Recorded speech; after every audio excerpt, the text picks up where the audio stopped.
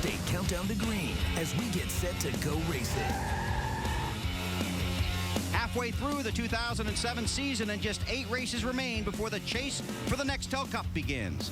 These fans know better than anyone that a championship is what it's all about, so they've come to the Chicagoland Speedway in Joliet, Illinois to cheer for their favorite star, hoping this will be his day in victory lane.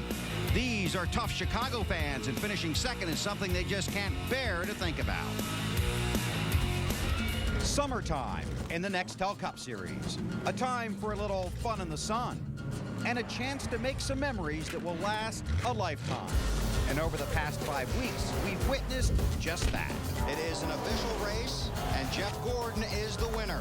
I can't believe we just won this race. I don't know what to say. Woo! Hi, baby! After 52 races without a victory, Carl Edwards wins at Michigan.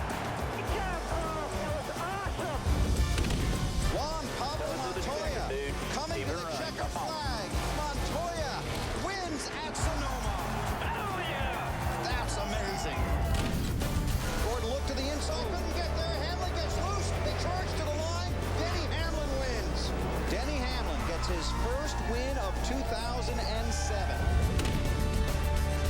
Coming to the checkers. Oh, wow! That was close. I don't know. I think the 26 got him. Wow. What an incredible finish. Jamie McMurray has won the Pepsi 400. I cannot believe I'm in victory lane at Daytona, of all places. Today, the stars of NASCAR take aim at Chicagoland, looking to add one more memory to their summer scrapbook as the 2007 TNT Summer Series gets set to take the checkered flag.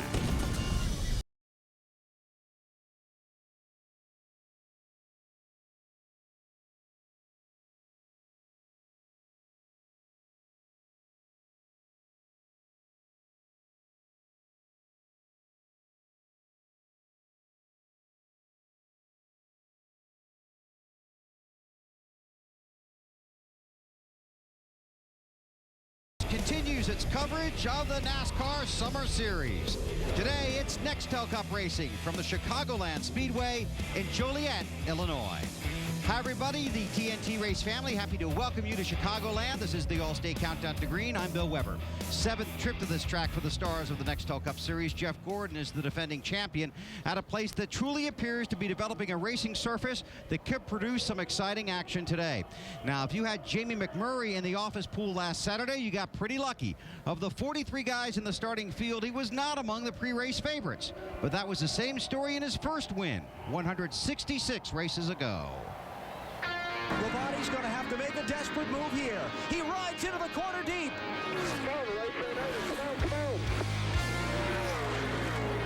He'll do it. 26-year-old Jamie McMurray pulls off the victory in just his second NASCAR Winston Cup start. Unbelievable. Jamie, welcome to victory lane in the NASCAR Winston Cup Series. I don't believe it. I mean, this is... You're not the only one, pal. Oh, I know. Hey, everyone asks if I'm nervous. I'm freaking nervous. I promise you guys right now I'm nervous. Bush is the guy right here. He's he's gonna have the momentum, and he's gonna get to the line. Coming to the checkers. Oh, wow! That was close. I don't know. Wait for scoring. I think the 26 got him. It says 26 on the monitor. Wow. I said that, there would never be another victory like Charlotte, and when you wait so long to win, well, I couldn't believe it. I started crying, and I'm like, what are you crying for? Just because you're happy, celebrate. But I'm happy for all these guys. We had a tough year last year, and I cannot believe I'm in victory lane at Daytona, of all places. A special win, 4.5 years in the making. And Jamie, you've had a week now to digest your win at the Pepsi Firecracker 400. So, what is the special thing that stands out over the past week? Oh, man, just I think all the drivers coming up, I mean, they're the guys that really know what it feels like to, if you don't win a race for a long time. And, Jimmy Johnson coming to victory lane, Matt Kenseth came to victory lane. And then just all the phone calls throughout the week, text messages, just everyone saying congratulations. So it's certainly been an exciting week for me. Unfortunately, it's all going to end today because someone else is going to, well, maybe we'll win today, but, there's going to be, it won't be so new. So pretty big weekend. Now, the motivational stat for you for today, the last time the car number number 26, won back-to-back races. I believe your dad was in high school back in 1965 when Junior Johnson did it. It's been a long time. And, you know, when I came over to Roush Fenway, people had talked to me about the 26 and said, well, that number hasn't been very successful. But I don't know. I don't really pay attention to stats like that. You know, you just get in and don't pay attention to that. I'm most importantly about winning this Coke Chug Points Award for the second quarter because we won a big race last weekend, and I had to have consumed at least 6 Coca-Colas in victory lane. So I'm hoping that I can win that. Is that going to get you the win today, starting all the way back in 34? I don't know. Qualifying, not really that concerned with that. Really, Matt messed it up for everybody. He had to go and qualify well with the Roush guys. All the rest of us are right together. But I noticed in Happy Hour, all the Roush cars got faster, and the racetrack was wide in the Busch race yesterday, and Larry and I feel like we have a pretty good car today, so we'll just have to wait and see. He starts all the way back in 34th, Bill, another chug point, and he's one of those drivers in that bubble area from 12th to 14th. Only 61 markers out of making it into the chase. Thanks, Matt. Here is the points picture heading into Chicago. 1 year ago, the margin from first to second was 51 points. Tells you how good Gordon has been. Matt Kenseth with the nice recovery, the strong finish at Daytona last Saturday. Now, depending on what you're looking for, you can find a variety of races here. It's just 224 points from Jimmy Johnson in 4th to Clint Bowyer in 11th. But 5 drivers in the top 12 are less than 200 points ahead of 13th. And the 3 drivers are 200 or fewer points out of 12th. So a lot going on right there, and the man locked out right now is Jamie McMurray with Wally Dallenbach and Kyle Petty. How big was that for McMurray and those guys last week? That was huge. What I enjoyed seeing about it, Victory Lane, when he was in Victory Lane, he was excited about his win, his second win, as he was about his first win. It was like there was so much gap between the first win and the second win. We've had so many first-time winners that didn't get nearly as excited as Jamie McMurray got in Victory Lane down there. And he had to make the comeback from that penalty. Yeah, and you could do that at Daytona. I mean, it'd be very tough to do it a lot of other places, but Daytona you can get away with that. But, you know, like expanding on what Kyle said, you know, that first one came pretty easy. and you know, when you go 5 years until you win another one, you appreciate that one. And he's going to appreciate that Daytona win. And it's Daytona, like we talked about last week. When you win at Daytona, that's special. All right, guys, thanks a lot. We'll see you upstairs in a little while. All right, man. All right. On Tuesday, tragedy struck in a small community in Sanford, Florida. A private plane carrying Dr. Bruce Kennedy and NASCAR pilot Michael Clem crashed, igniting 2 homes on fire. Kennedy and Clem were both killed. Dr. Kennedy was the husband of Lisa France Kennedy. She is the daughter of the late Bill France Jr., the former head of NASCAR, and the sister of NASCAR chairman Brian France. Lisa is the president of International Speedway Corporation. That's a sister company of NASCAR. At his funeral, Dr. Kennedy was remembered as a tireless worker who found time to have fun with his family and work for numerous charitable efforts. He had a good sense of humor, and one of his trademarks was his smile. Clem had been a pilot with NASCAR for 21 years. At his service, he was remembered as a friend to all who loved family and flying. 3 people on the ground were also killed, a mother and son, Janice Woodard and Joseph Woodard III. Gabriella Deshay, age 4, also died. Several others were critically injured. As we race today, we share in the sadness for those that perished, share our hope for those hurt, and lend our hearts to the families and friends of all involved.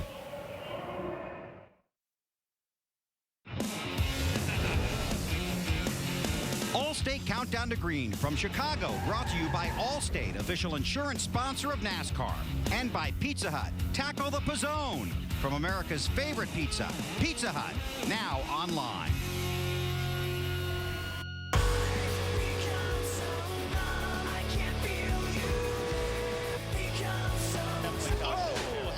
Teammates Denny Hamlin and Tony Stewart. I mean, he's a young guy and he wants to be successful, but I don't know if he knows what the definition of team is right now.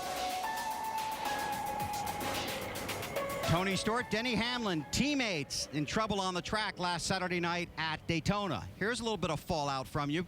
Yesterday, here at Chicagoland, opening moments of Happy Hour.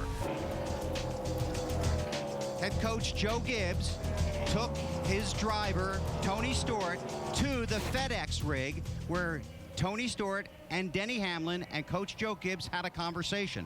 The 2 drivers in that rig for basically about 29 minutes.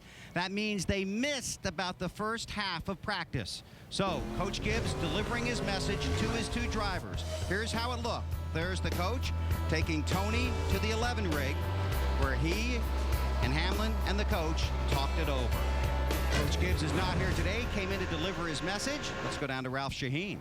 Well, Tony's down here taking care of some autographs for some folks. All right, Tony, what did Joe Gibbs say to you guys? We had a football locker room team meeting, so but it was a good meeting. We had a good talk there, and you know, it's just a good way to get us both on the same page again and get to where we can move forward now.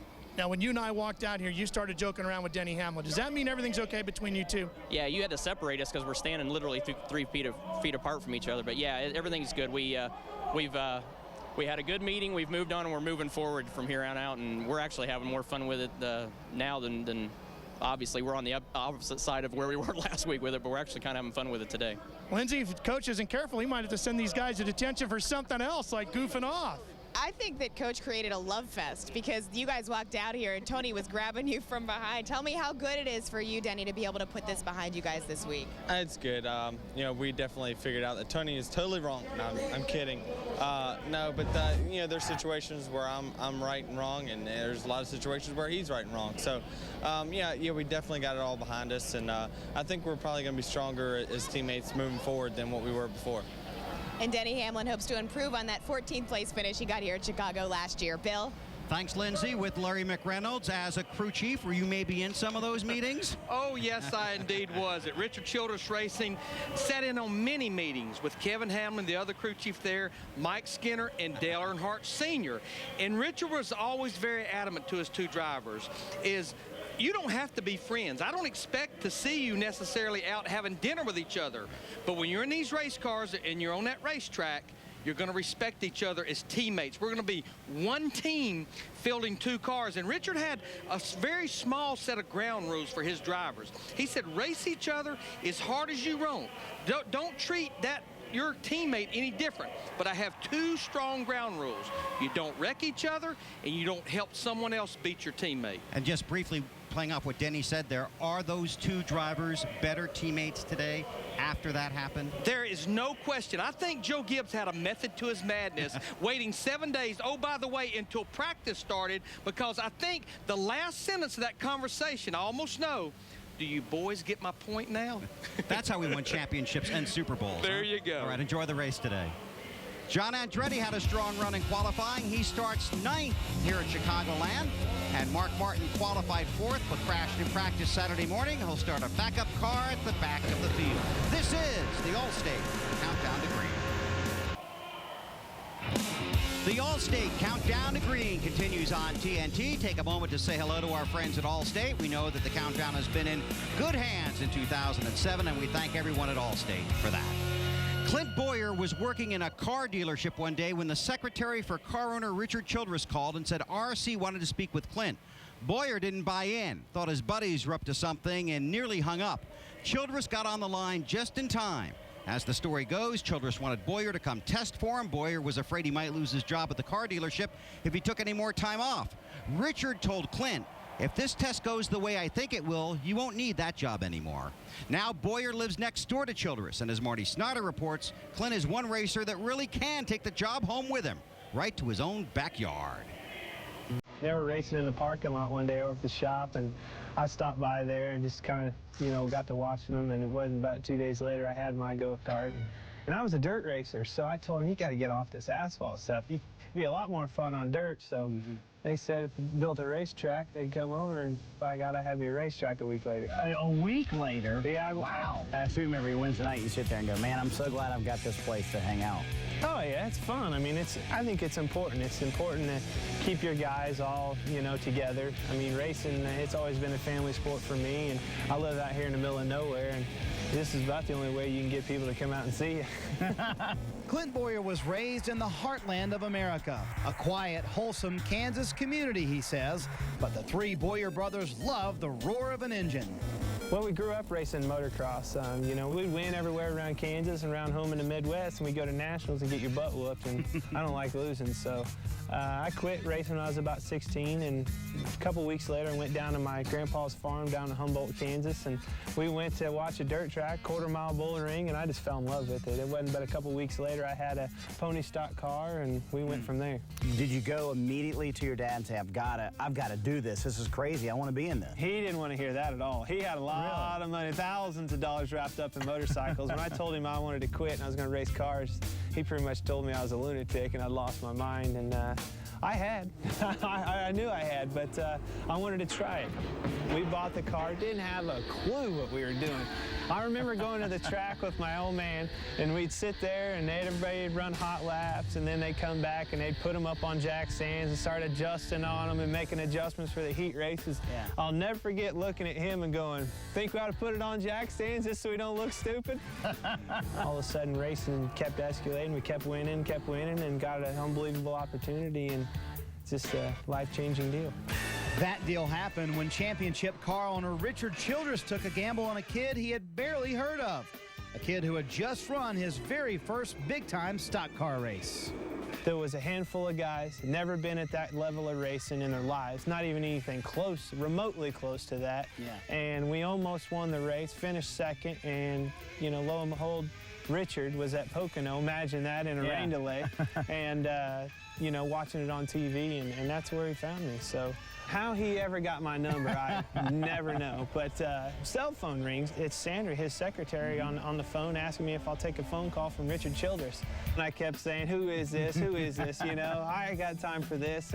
And finally, she kept me on the phone long enough, and I just about hung up on her, and Richard gets on the phone, and I recognized that voice right off the bat, and wanted me to come down there so I could talk to him and meet him and see his operation. And 6:30 the next morning, I was on a flight to North Carolina. All right, here's the rules. Get out of the way of the 07 car. Two-spin rule. You spin out twice, you're off. 25 laps. No holds barred. Winner takes all. Stay out of control. We're out of control. We're out of control. We're out of control. We're out of control. Control. Control. We're out of control. With 5 Busch Series wins and a near championship to his credit, Bowyer is now on the brink of making the Cup Series title chase in just his second season. Despite the instant fame, at heart, he's still a simple Midwestern boy. Money doesn't change anything. You know, you're still, you just go more in debt. I mean, really, money doesn't change anything? I don't think so. How you are? No, not at all. I mean, it's, you know, I'm trying to put as much away as I can for a rainy day, and this dirt track here and friends is all you need. Well, Clint Bowyer may have not changed a lot in his personal life, but I know there's one thing you want to change today. That's putting a win in the Nextel Cup category. What are the chances of that? Yeah, I hope so. You know, hope it comes today. The Jack Daniels Chevrolet's been running really good. Gil and all the guys have been giving me good cars, and we're getting closer. You know, Daytona, we led the most laps, and we just got to get it done. You know, I really think with the right team to do the job, and got the right owner, got all the right pieces of the puzzle. We just got to get it done. One of his crew members won that race, Bill, but I think the race is still under protest. The commissioners got to take a look at that, Bill. Kevin Harvick is a 2-time winner at this track. Today he starts 14th. Ryan Newman is another former winner at Chicagoland. He rolls off 3rd. The All-State Countdown to Green will continue from pit road.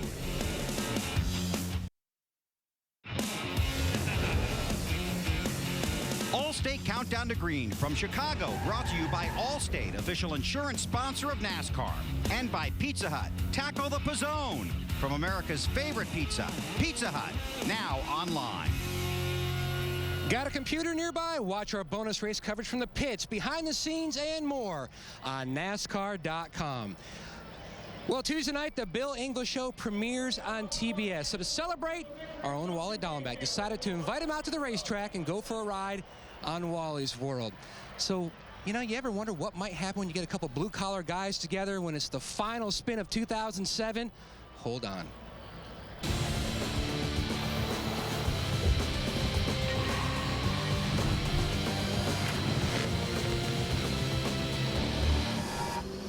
All right. We are rolling out in the Richard Petty driving experience car, and my special guest today in Wally's World, Bill Engvall. Bill, welcome aboard. Thanks, Wally. Now, I saw you and the King talking the other week in Sonoma. Did he give you any advice about riding in this car with me? They gave me a little heads up on it, but I've been looking forward to this for a long time. Oh, my God. Oh, my God.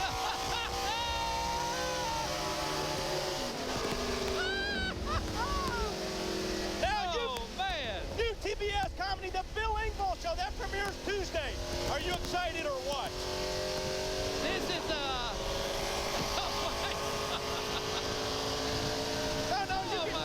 I'm trying to think of what to say. You can talk. Go ahead. That was the wall right there. Yes, it was.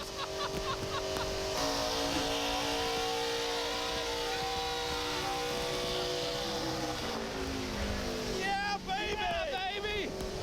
You know, you're really special because this is the last Turner race. You know what that means? No. Well, they got to repaint this thing for next year. Oh, God. That was not nice. Woo! This is insanity. All right, brother, you made it. Can I come on the show? Get in an argument with Nancy? You could be that wacky neighbor that we don't really know about. Wally has been our wacky neighbor for the past 7 years. Now, the premiere is Tuesday night at 9 p.m. Eastern. Now, you didn't win the debut race here at Chicago, but you made up for lost time last year.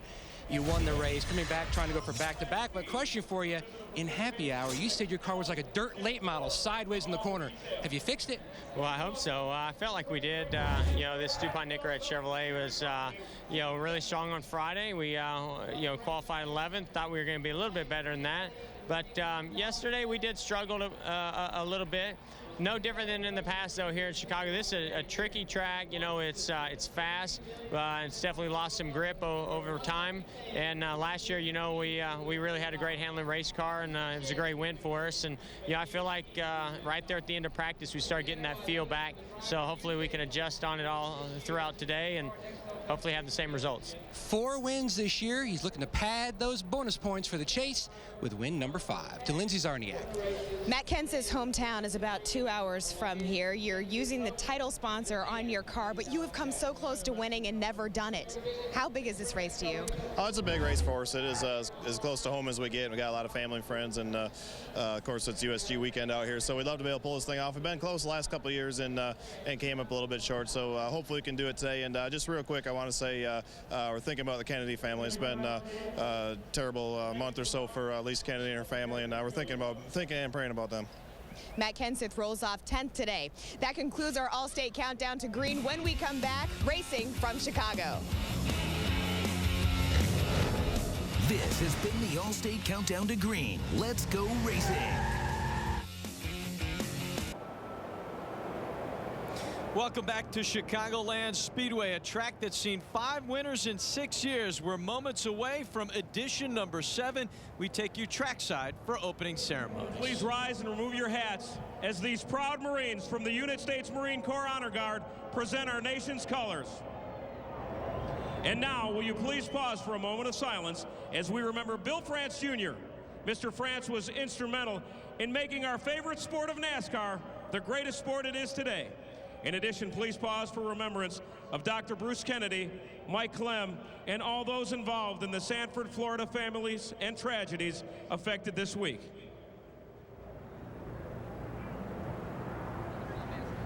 Now would you please welcome Monty Self of Motor Racing Outreach as he offers today's invocation.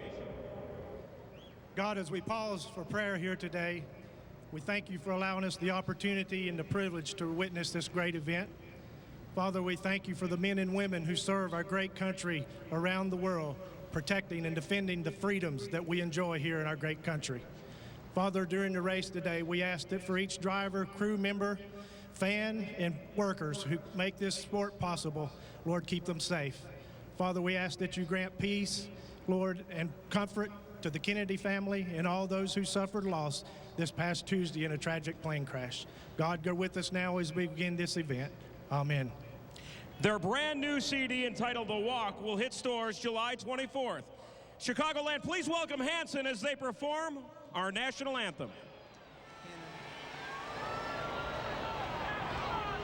Oh, say, can you see by the dawn's early light what so proudly we hailed at the twilight's last gleaming, whose broad stripes and bright stars through the perilous fight o'er the ramparts we watched were so gallantly streaming, and the rockets' red glare, the bombs bursting in air, gave proof through the night that our flag was still there.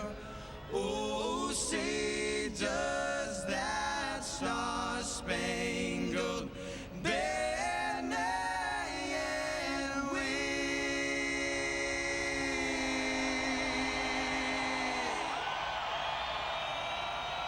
Oh, the land of the free.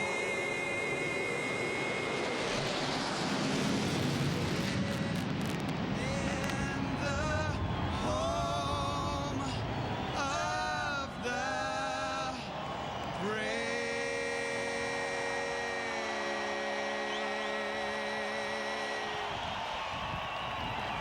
Race number 6 in our summer series, NASCAR Nextel Cup racing, 400 miles of it coming up next on TNT.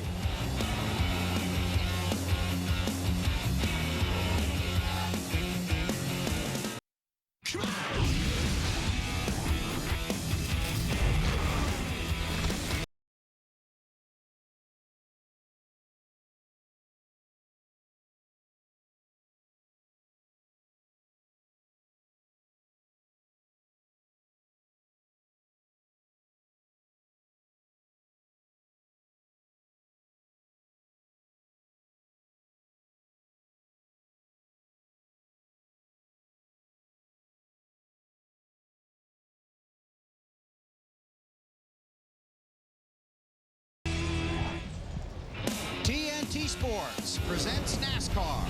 Today, it's NASCAR Nextel Cup racing from the Chicagoland Speedway in Joliet, Illinois. Hi, everybody. Bill Weber along with Wally Donneback and Kyle Petty. Thanks for having us in for the race. 400 miles on this 1.5 mile track, and it's not necessarily how good you are, it's where you are that may make the difference. I think we're going to see a lot of that today with the teams that's trying to strategize getting their cars out front, because this place is a very tight racetrack. It's aerodynamic dependent, so you need all the grip you can get, and I think when you're out front, that's when your car is the best. You may not be that fast when you're 5th, 6th, 10th, 15th, or 20th, but if you can get your car up front, all of a sudden that car works a lot better because there's nobody disturbing that air in front of you. Well, there's been a lot of action on this track in the first 6 years, and many people remember this from last year. Matt Kenseth in the 17, the race leader. Jeff Gordon in second, some contact there. Kenseth spins, and Gordon wins at Chicagoland. Jeff, the defending champion of this race. So interesting to see how certain drivers do at certain tracks. This is a track where a number of guys have excelled. Another number of guys have excelled. We take the 29 car, Kevin Harvick, absolutely dominates this place. But I believe it's just exactly like Wally says. It's where you're at, and that's the one good thing about this place. We saw early in practice yesterday the 8 car of Dale Earnhardt Jr. and the 9 car of Casey Kane going to the top of the racetrack when the racetrack was still gray, when there was no rubber up there.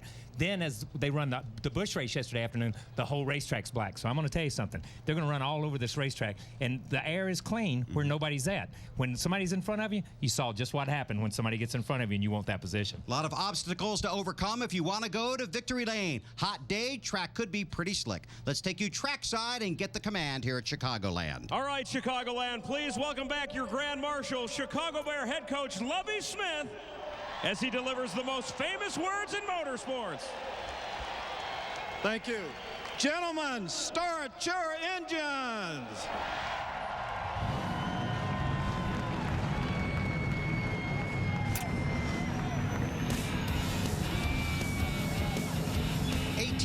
is down. 18 left in the 2007 season. The second half of the year for the stars of the Nextel Cup Series begins in just moments on TNT. Oh, the city of Chicago and all the excitement and all the fun you can have up there. And today, a lot of people from up there made the, maybe hour or so drive, depending on traffic, down here to Joliet, Illinois. You've seen the Bears and the Bulls and the Cubs. Today, they're here to see the stars of the NASCAR Nextel Cup Series. All lined up on pit road, motors have fired 43 cars waiting for 400 miles here at Chicago. And Casey Mears will lead them to the green flag. Casey won the Bud Pole. It's his third career pole, the 7th pole in 7 races at Chicago, the 10th driver to win a pole in 2007. Casey's other 2 poles both came on 2.5-mile tracks at Pocono and Indianapolis. Back-to-back races back in 2004. Casey Mears on the pole for today's race here in Chicago. And here's the starting grid. On that front row, it's Mears and Martin Truex Jr., 2 guys that both got their first win in recent races. Row 2 on the inside is Ryan Newman. On the outside, Mark Martin driving the 01 car this week. Row 3, Dale Earnhardt Jr. and Kyle Busch on the outside. In row 4, you'll find Clint Bowyer and Jimmy Johnson. Inside of row 5, John Andretti in the 45 car. On the outside, Matt Kenseth. In row 6, defending champion of this race, Jeff Gordon, and the other Petty Enterprises car driven by Bobby Labonte. Row 7, there's Denny Hamlin and Kevin Harvick, and as you take a look at the rest of the starting grid, Kyle's going to jump on the radio for us. Hey, John Andretti, this is Kyle up in the booth. Can you hear me? Yeah, I read you, Kyle. Hey, man, great qualifying run in that NTB Dodge, and we really appreciate it. I know you had a good practice yesterday. Are you looking forward to the day?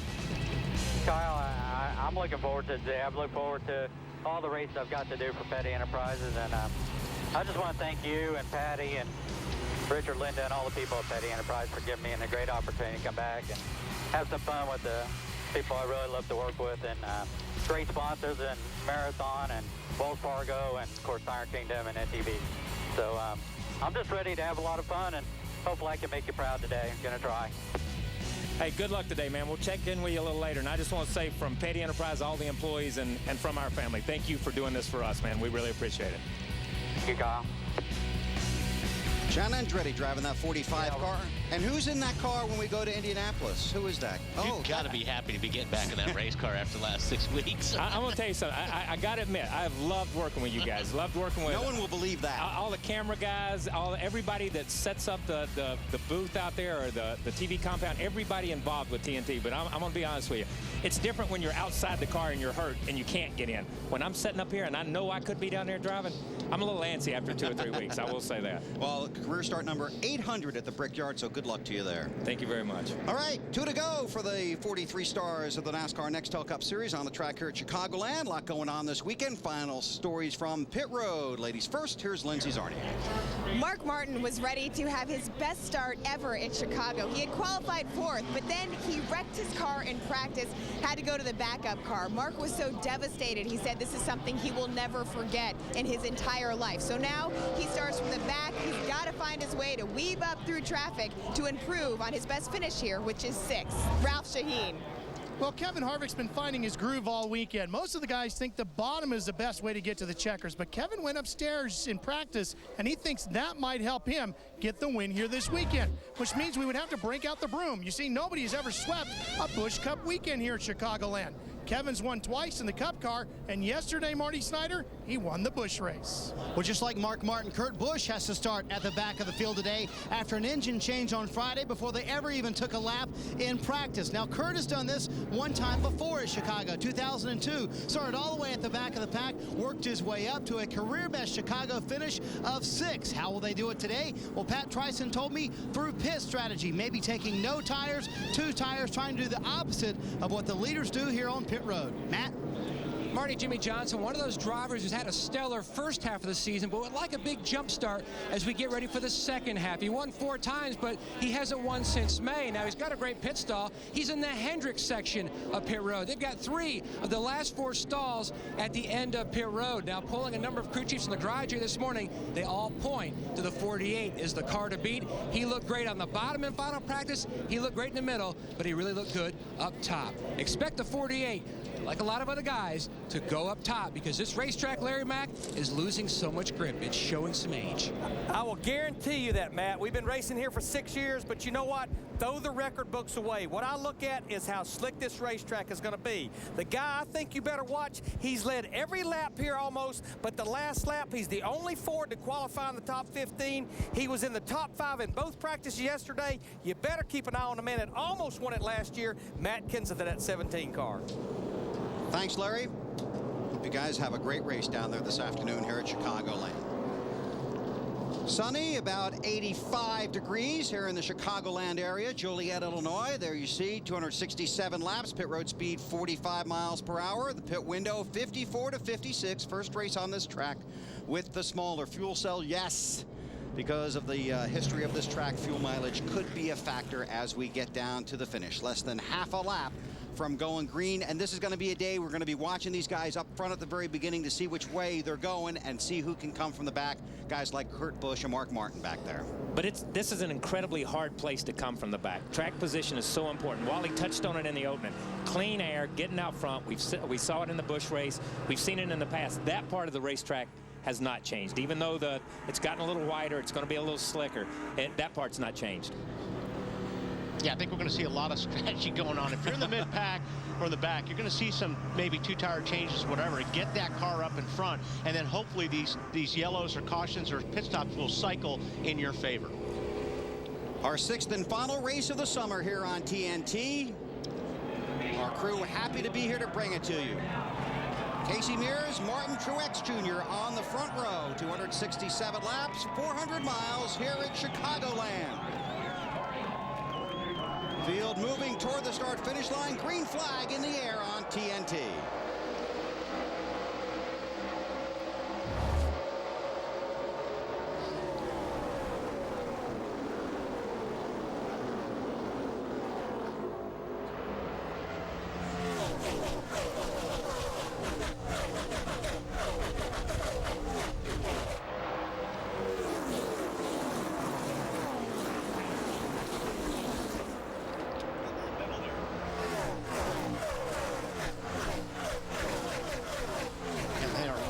Right here towards the middle, 3-4 wide. So it looked like that bottom groove took off. Everybody that started in the bottom looked like they took off. The guys on the outside struggled a little bit to get back in line. See Earnhardt right on Newman right there. Mears led the first lap. There's Ryan Newman in the 12, Earnhardt Jr. in the 8, Matt Kenseth in the 17. Was announced this week that Budweiser sponsorship will not be going to Hendrick Motorsports with Dale Jr.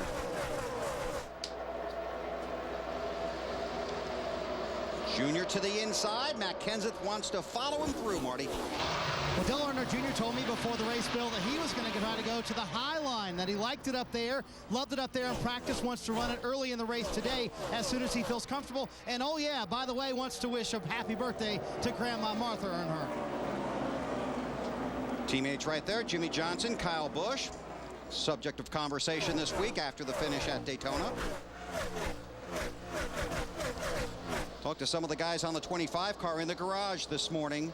They said that Casey's better on the long runs. We're really concerned about how he'd handle the first 10 or 12 laps. But so far, he's still out front. He's got clean air right now, so he's in the very best position that he can be.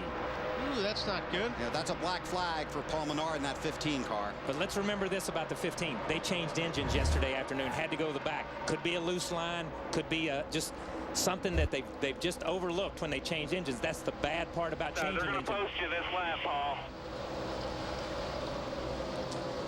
See Kurt Busch there in the 2, Gilliland in the 3rd. Check that's Ricky Rudd in the 88. And I'll tell you what, the bad thing about this, a lot of people don't think about, Kyle, sometimes is if you're behind that right now and that thing's blowing oil out, that could really mess up your windshield this early in the race. If we get maybe a shot of the 2 car, or one of those guys that was right behind him, we don't know if he's leaking oil, but man, it's tough when it hits your windshield. See him moving to the inside. He'll try and get on pit road. Matt Kenseth has gotten around Dale Earnhardt Jr. That's for 5th. Kenseth had a spectacular run here a year ago. I don't know how Kenseth is on a short run. I really didn't pay a lot of attention to him yesterday, but he runs something like 15 or 20 laps, and he was really good as we watched this battle for the lead. Martin Truex Jr. in the 1, Casey Mears in the 25. Jimmy Johnson watches in 3rd. New leader, Truex Jr. I'm going to tell you, Martin Truex Jr. is fast becoming one of the usual suspects to win a race on a regular basis. And this is a car that he really likes. I mean, you know how it is, Kyle. Sometimes you'll get a race car that just feels good everywhere. It gives you that feel you're looking for, like it's digging into the racetrack. And this is one of those cars for Martin. And you've 3150, 5 points. You've experienced it in your career. Even though it's just a hunk of metal, these things have personalities. They have their own personalities, and some of them are kind to you as a driver, and some of them just hate you as a driver. And that's the way it is. Oh, big fire here or something. Ralph, you down there? Well, there's all kinds of smoke down here and fire under the hood of the number 15 of Paul Menard. They have had all kinds of issues with this car. As Kyle pointed out, they changed the motor on this thing. They had a leak in it earlier. They thought they had it fixed this morning, but apparently not. They're going to push to 15 now behind the wall with a big, huge trail of smoke following it. And you can see it kind of in that shot right there. They're pitting right in front of the 43 and right behind the 66. And they put all that fire extinguisher stuff in the pits. That's hard getting through that when you're coming in or going out and you put that on your tires. They're going to have to clean that up to make pit road a safer place. They're actually, I think, trying to blow it off, and they'll be sweeping it. You're right, though, Kyle. They're going to get that as clean as possible, because if you run through that stuff, you get on your tires, especially when they're hot, and it will slide. Jimmy Johnson is in 2nd place now, past Casey Mears, so the pole sitter back to 3rd. Truex leads. We check with Matt. Johnson on the move. Bill says the car is just a tick on the free side as he hugs the bottom. Meanwhile, Casey Mears, Chief Darian Grubb told me this morning, the grip level is just coming out of this racetrack.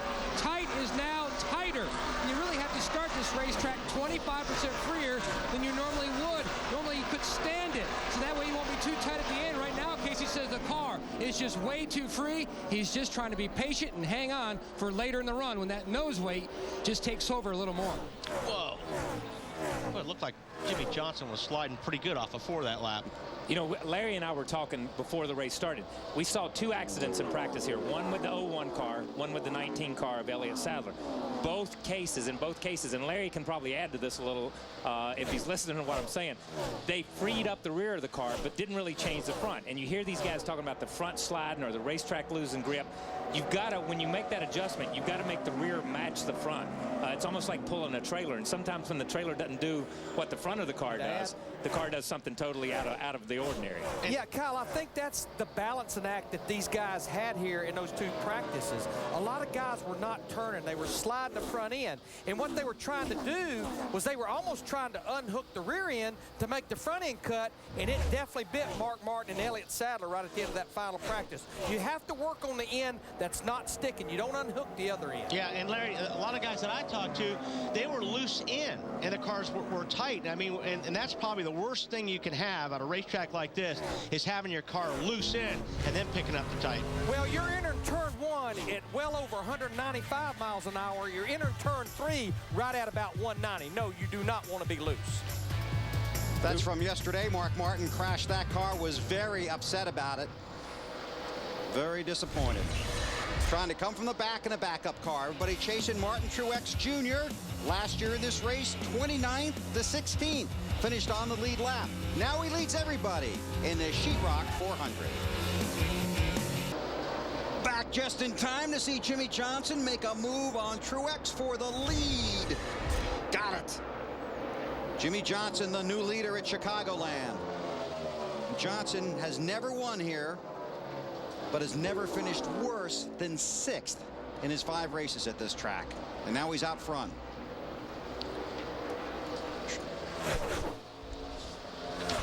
Truex runs 2nd. Then it's Mears, Kyle Busch, Dale Earnhardt Jr. Time now for the AT&T Race Talk question. Take care of it, buddy. You're the fastest car on the race. Which driver has been the most intriguing story this season? Jeff Gordon, Casey Kane, Kurt Busch, or Kyle Busch? Text the word race to 191 on your AT&T wireless phone. Anybody missing on that list? Yeah, I would think so. Which one would that be? Be Mr. Earnhardt, I believe. But if we put that on there, what would happen? He would win the pole. He's the most intriguing. That's the most intriguing story. So this would be the Jr. second most this would be intriguing the story. Second. Yeah. He's up there.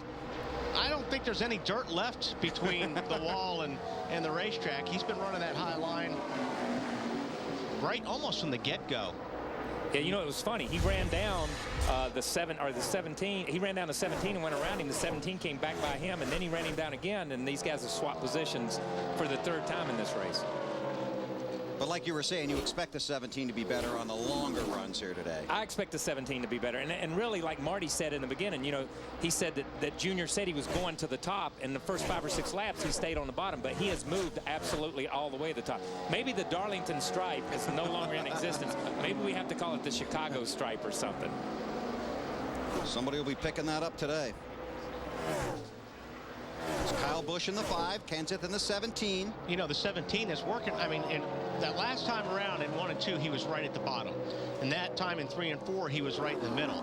I mean, I think if you get your car to work down on the bottom, you're going to be fast here. Yeah, the trick is keeping it to work there all the time. It's keeping it on the bottom. But how many times in your career and how many times have you sat here and watched the race and saw a guy who could really work good low on one side and one end and high on the other? Absolutely, yeah. And you just find the place where your car feels comfortable. Yep. This is for 4th, Lindsay. You guys are exactly right, and I think his car is capable of doing that. He was really happy with the car yesterday in practice. Said the only thing is he wants it to turn a little bit better in the corners. But same car that he ran here last year, same car that won in Michigan last year, and you guys talked about his domination.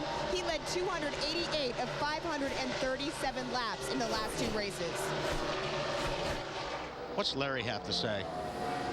Hey guys, what I've been watching, and I think it's a lot of the product of how slick this racetrack, and I think this is going to dictate where there will be no strategy. It'll be 4 tires every time the caution comes out. Look how much these guys have slowed down on the stopwatch, over 1.5 seconds in 22 laps, and I just think that's because there's no grip. They're sliding around so much. And that's an excellent observation. We talked about it with the Petty Enterprise teams and with Evernham Motorsports. You come and you run during the week, and there's some grip, and you're in new tires. You run your top-end manifold. You want that thing to get top-end speed. You want to have 200 miles an hour going into the corner. But when the race actually starts, the speed drops off so low, it's almost like you need a gear change for the race. And you can't make a gear change because of the gear rule that NASCAR has. So a lot of times you'll make a manifold change or a rocker arm change to change the power curve in the engine. And that's what a lot of these guys do, but anticipating the drop-off in the tires. On the Move, brought to you by the Principal Financial Group, will give you an edge. David Stremme, Jamie McMurray, Juan Pablo Montoya, Jeff Burton, Greg Biffle. Moving toward the front. At the front, Jimmy Johnson. 5 races here. He's finished 6th, 3rd, 2nd, 3rd, and 4th. Right now, he's 1st. TMT Sports live in Joliet, Illinois. NASCAR Nextel Cup racing from Chicagoland. About to complete lap number 30. Jimmy Johnson is the race leader, but finds himself in lap traffic right here. Ward Burton, Elliott Sadler, Chad Chaffin already been knocked off the lead lap. This is for 4th still. Kenseth in the 17, Kyle Busch in the 5. And we saw these guys go at it last week at Daytona, and how the 5 never gave the 17 any room, and the 17 never gave the 5 any room. And here we go, back at Chicago the same way. I know this is going to shock you, but it looks like the 5 car's loose. And we'll see. I don't think if he is loose, he's not going to be able to hold the 17 back on this place, just because you can get somebody so loose here just driving up behind him. So it'll be interesting to see. He drives that thing so loose. I used to just think it was the paint job on it, but it's not the paint job. The paint, camera angle. Yeah, it's the camera angle. It's not the camera angle. That's not an optical illusion. He is sideways 90% of the time. And Kyle Busch is probably very motivated. Lost the Busch race yesterday, was out front, late race caution. He came to pit road, but the guys behind him basically did not. No, see that? Now he was loose here, right? Yeah, when that wasn't an optical illusion. No, that was not an optical. But in the Busch stuff, he has dominated the Busch stuff this year. If we go back to Daytona, the first race at Daytona, not to have but 1 win to show for his season, those guys have had a great season in that Busch car. When you're behind a guy that's that loose, are you watching it the whole time? Well, you know what? if you're behind a guy like that, you like it because you know if you can get to his bumper, you can get him so loose to where he'll get out of the throttle. Now, maybe not in Kyle's in the 5 cars because he does it all the time. It's not a big deal. You either run up on him and try to make him loose, or you do like Kenseth. You drop back far enough that you can say when he loses it, you got plenty of, you can dodge it one way or the other. How about it, Ralph?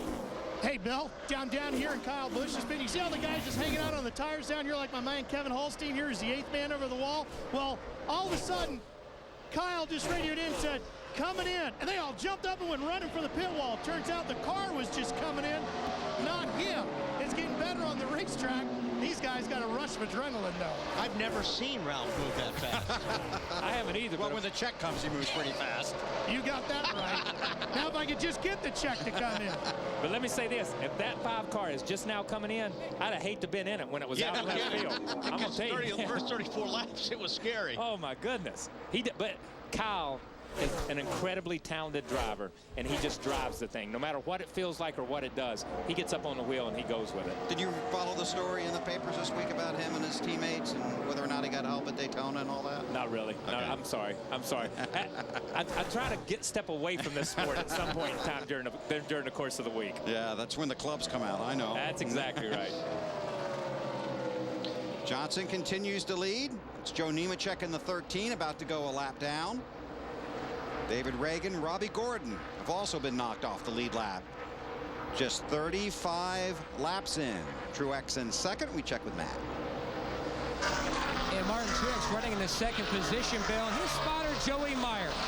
His biggest job today, he told me, is just letting Martin know where the other fast cars are running, because as we've talked so much, everyone's running from the middle to the top, then back down to the bottom, depending on where they are in the run.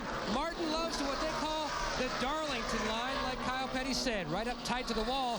And that's where Joey is telling Bono, so they can also factor in fuel mileage for later in the race. Exactly how high up the apron they're running. Right now he says the car a little on the free side.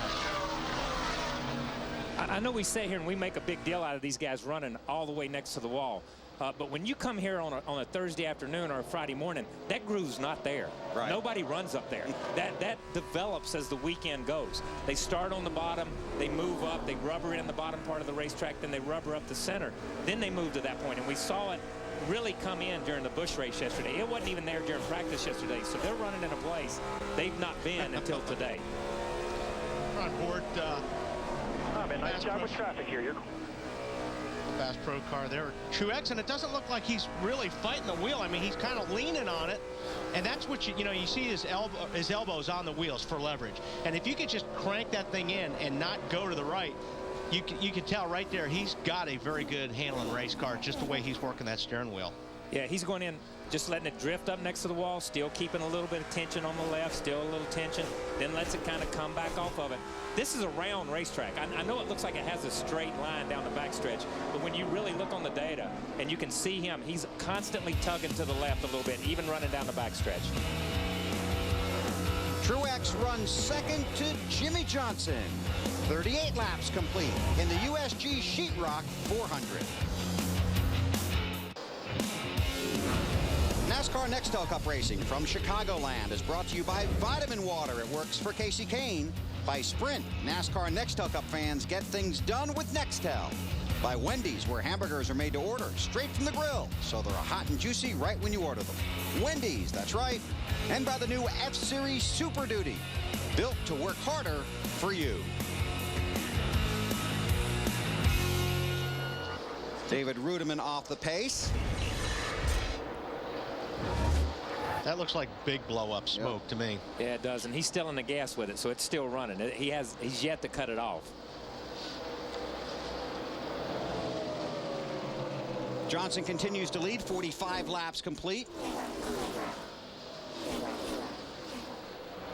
And he has knocked Sterling Marlin and Jeremy Mayfield, David Gilliland, Casey Kane off the lead lap now. 31 cars remaining on the lead lap. There's the 2 car of Kurt Busch.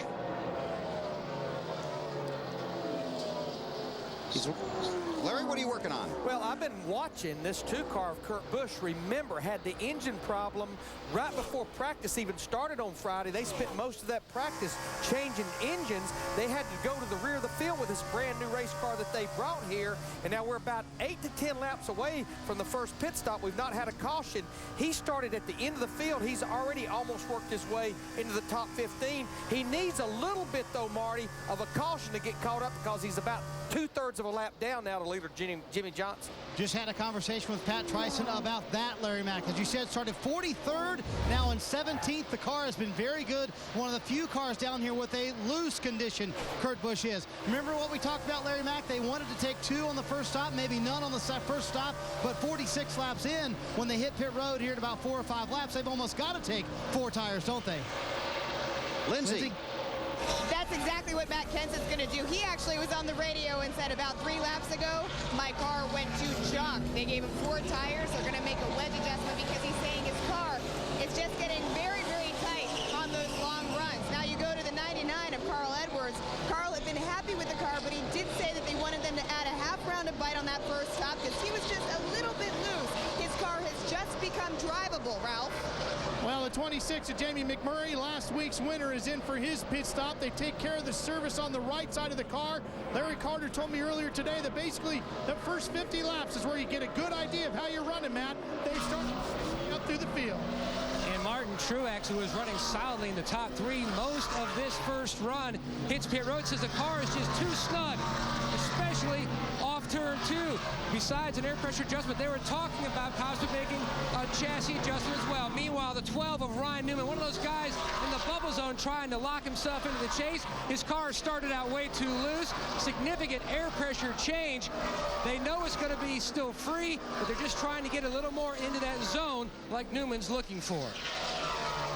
His pit stop started on lap 48. There's Casey Mears pulling into his stall. Denny Hamlin also on pit road. Marty. Yeah, Denny's hung around the top 10, about 11th for most of this run. His car is tight, especially in the bottom of 3 and 4, and tight on initial throttle. But what happens on the exit of the corner, the car snaps loose a little bit. They're going to go up on the track bar, half a round of wedge out as well, Matt. Our pole sitter, Casey Mears, making his way to his pit box. His car, most of that run was really free. Meanwhile, the 48 of Jimmy Johnson pulling into his box as well, looking for a track bar and air pressure change on this 48, Marty. Well, Matt, as we mentioned, Kurt Busch with the terrific run from the back to the front of the field. His car was a little bit loose. All they did, 1 air pressure adjustment on the 2 car. If they can get the track position, they have a car that could finish in the top 5 today, Bill. Thanks, Marty. A lot of traffic getting off of pit road. Matt? Jeff Gordon says his car was like a dirt track car in final practice. Thought they made some adjustments to fix that. Now he says it's just way too much to the extreme, the tight side. Big air pressure change to try to fix that as well.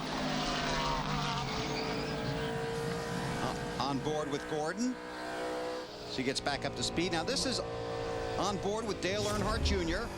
And this was a moment ago. Looks like he was slowed down to try to get into pit lane, but for some reason he couldn't get it slowed down. He couldn't get, I think he was going too fast when he was approaching the entrance, Kyle, and I think if he would have jumped on the brakes, he would have just smoked through it anyway. And the problem is you got plenty of room, but you can't clear the cone. Ralph.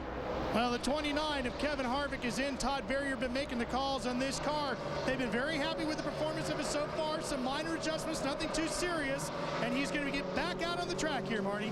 Well, Ralph, so far, Dale Earnhardt Jr. didn't say a word to the team about missing pit road there, although they did notice he lost a lot of track position. For Jr., the car extremely tight. He says it's being very hard on the right front tire, half pound out of that right front tire, half pound in the right rear, and up on the track bar 1 round, trying to loosen that car up. 13.7 on the stop for Jr.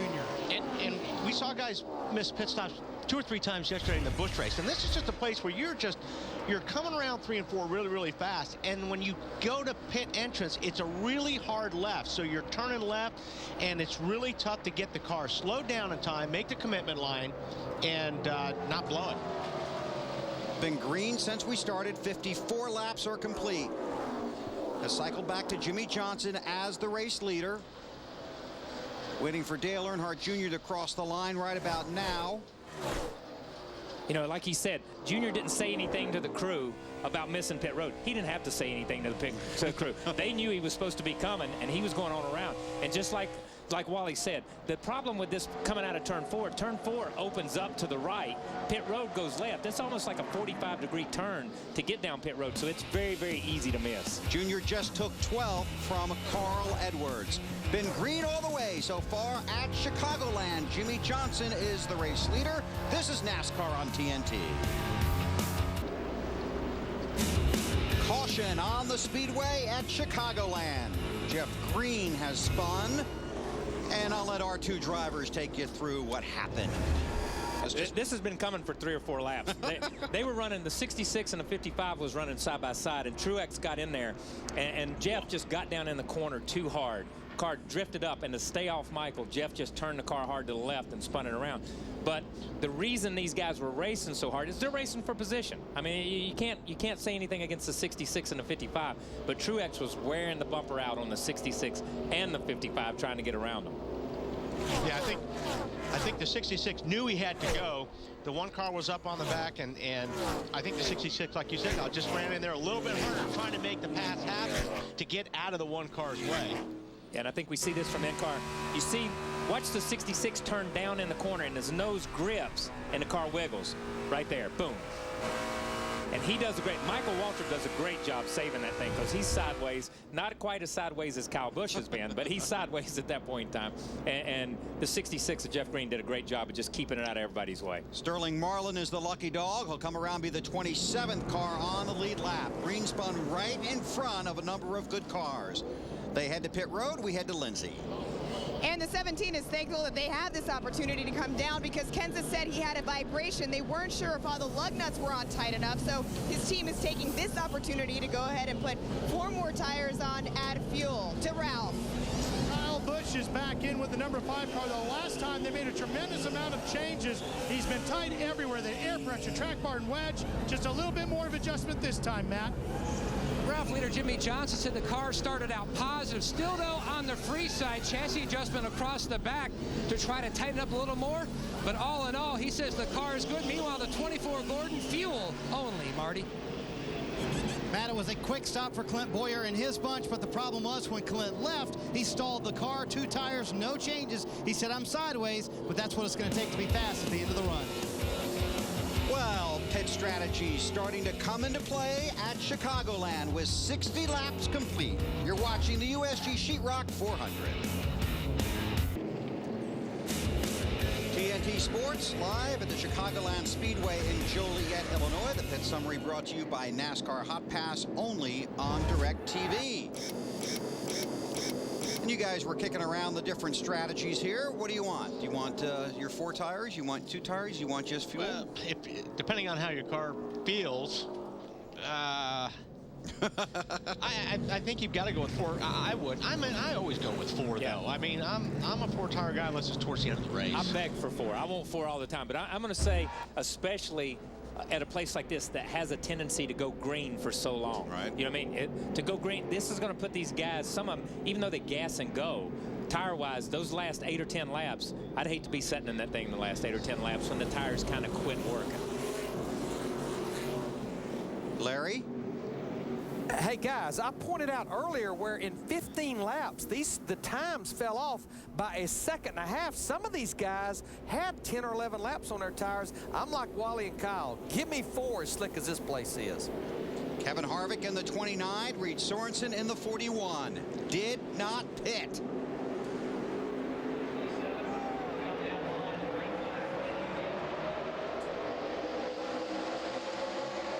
This is just about to get fun.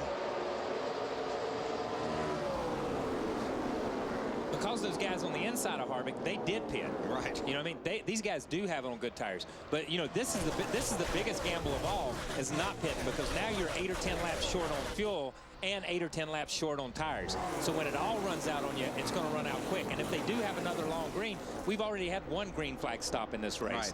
Right. If they do have another long run, this could come back to bite these guys a little bit. Or it puts you on a totally different pit sequence, and you look like a hero when the race cycles out. But you have clean air. You got clean air, man, and that's worth something, because we're seeing it right now.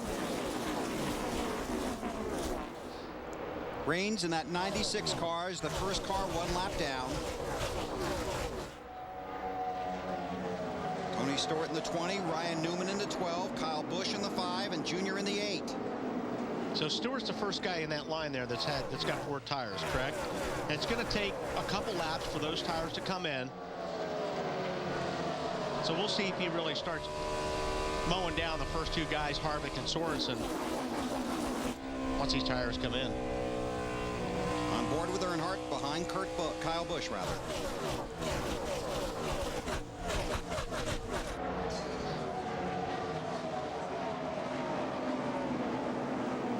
Junior down low. It's Ryan Newman in the 12. And I was just told that Stewart only took fuel. Stewart was fuel only also?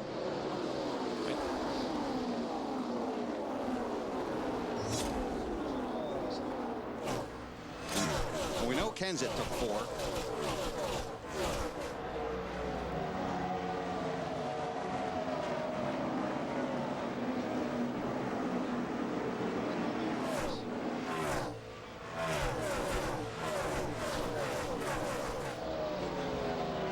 Gordon, fuel only. Matt?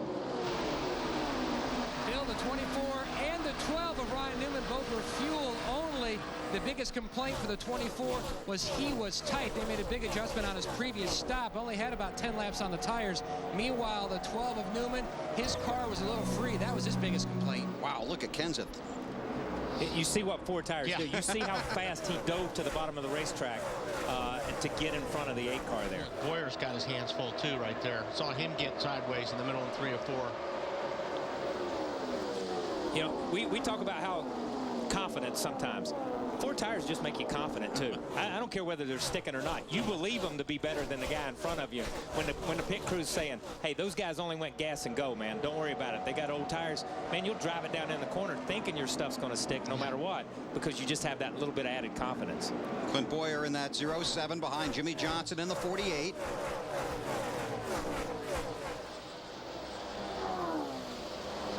Up front, Harvick continues to lead. Larry? Yeah, what I'm seeing, guys, and I know you're probably seeing the same thing, I think the only way staying out or other strategy besides 4 tires works is if Harvick and Reed Sorensen out there. We talk about it all the time at a track like this, clean air, because what's very interesting, about 2 laps ago, those 2 cars, the 29 and the 41, ran their fastest lap of this race. Marty with more on car 41. Well, I was going to bring in Larry Mackville. I just talked to Jimmy Ellerts, the crew chief for Reed Sorensen. He told me we had nothing to lose. You know, we're back there in 10th and 12th, and our car's good enough to run up front. So we decided to not pit at all because we only had 5 green flag laps on your tires. So he agrees with you, Larry Mack. They had nothing to lose by not pitting there. And as you mentioned too, Larry Mack, if you're going to try it, now's the time to do it, right? I think the only thing that will burn them is a long run here. I think they'll start to go back to those cars back there like Matt Kenseth. Right now, they don't have to fight with any lap cars. If we have a long run, we know they'll have to fight with lap cars. And we set this up at the start of the race. I mean, your car may be okay when you're in the middle of the pack, but if you can get up there and get away from these guys so you're not racing them, all of a sudden your car magically feels better because you've got that air pushing down on that body that's pushing those tires into the racetrack. And we see long green flag runs here a lot. A lot. This place is like a Michigan and like a California when it comes to that type of racing, or a Vegas, where you get into a situation where everybody just kind of falls into a rhythm around the racetrack because it is so fast. It is a rhythm racetrack. You fall into that rhythm and you end up racing the track more. That's as we see the 48 car run the high side and the 12. The 48 car has new tires and he is coming. It's just going to take him a little bit of time, and like Larry says, the long run is the run that's going to tell the tale of whether this was right or not. Jimmy Johnson runs 7th. He's already led 40 laps today. The 00 of Ruderman to the garage engine woes. Harvick leads at Chicago. NASCAR Nextel Cup Racing from Chicagoland is brought to you by Subway Restaurant. Subway, eat fresh. By FedEx, every day is race day. By the Principal Financial Group, for retirement, investments, insurance, and banking, we'll give you an edge. And by Miller Lite, for award-winning taste, there's no debate. Miller Lite, good call. Our TNT race family spending the weekend in Joliet, Illinois. Glad you're along for the ride. Kevin Harvick is the race leader. 78 laps are complete. There are 27 cars on the lead lap.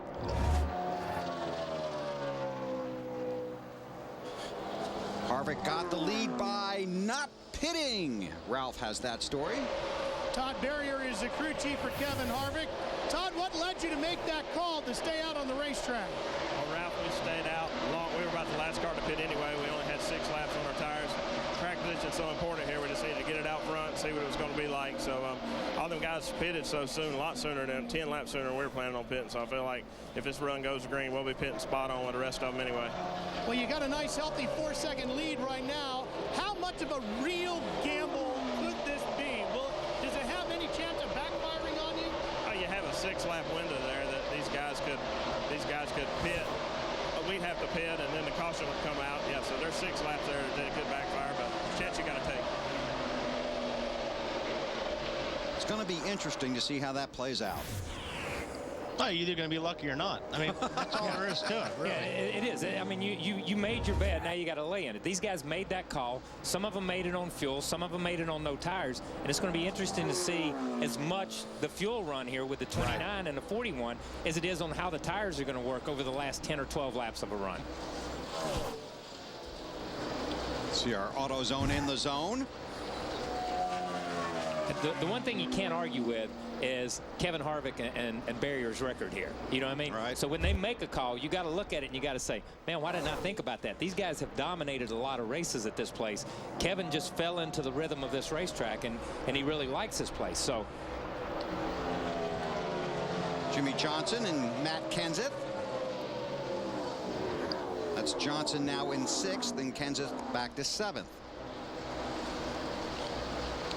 Harvick's out front. Larry McReynolds, I got 2 words for you. Clean air.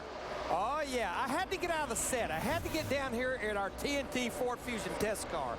As I've been watching the 29 car go through the corners, one thing that helps that car really grip and makes downforce is this valence is almost sealed off. That's making maximum front downforce. But the one thing that's helping that 29 car right now, there's no cars in front of him.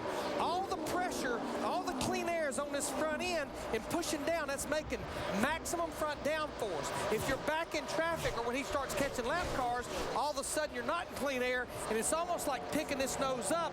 That's when you lose your downforce, and that's when I'm a little concerned on those older tires. Thank you, sir. There's some good racing going on out there right now. That was a really good explanation, too, yeah. Larry. I mean, that was perfect.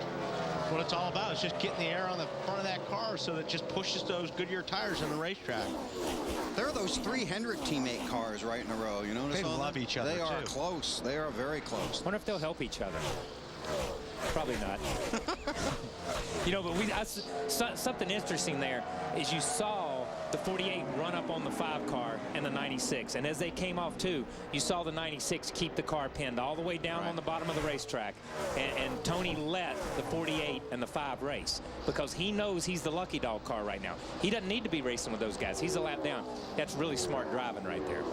There's Raines in that 96, currently in the 28th position. Yeah, Gilliland is the next car. Right, and that's the guy he's looking for in the mirror. He wants to make sure he doesn't see David in his mirror.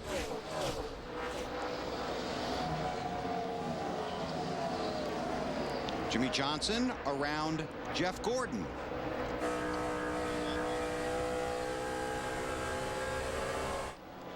That's for 4th. He get loose there?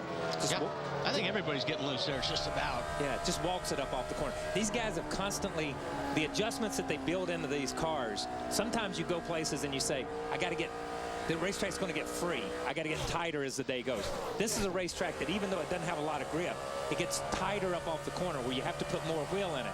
So constantly you're freeing up the car. And when you start freeing up the car at certain points in the race, they'll just walk up off the corner like that. You're just constantly one move behind. And it's okay if you do that off the corner.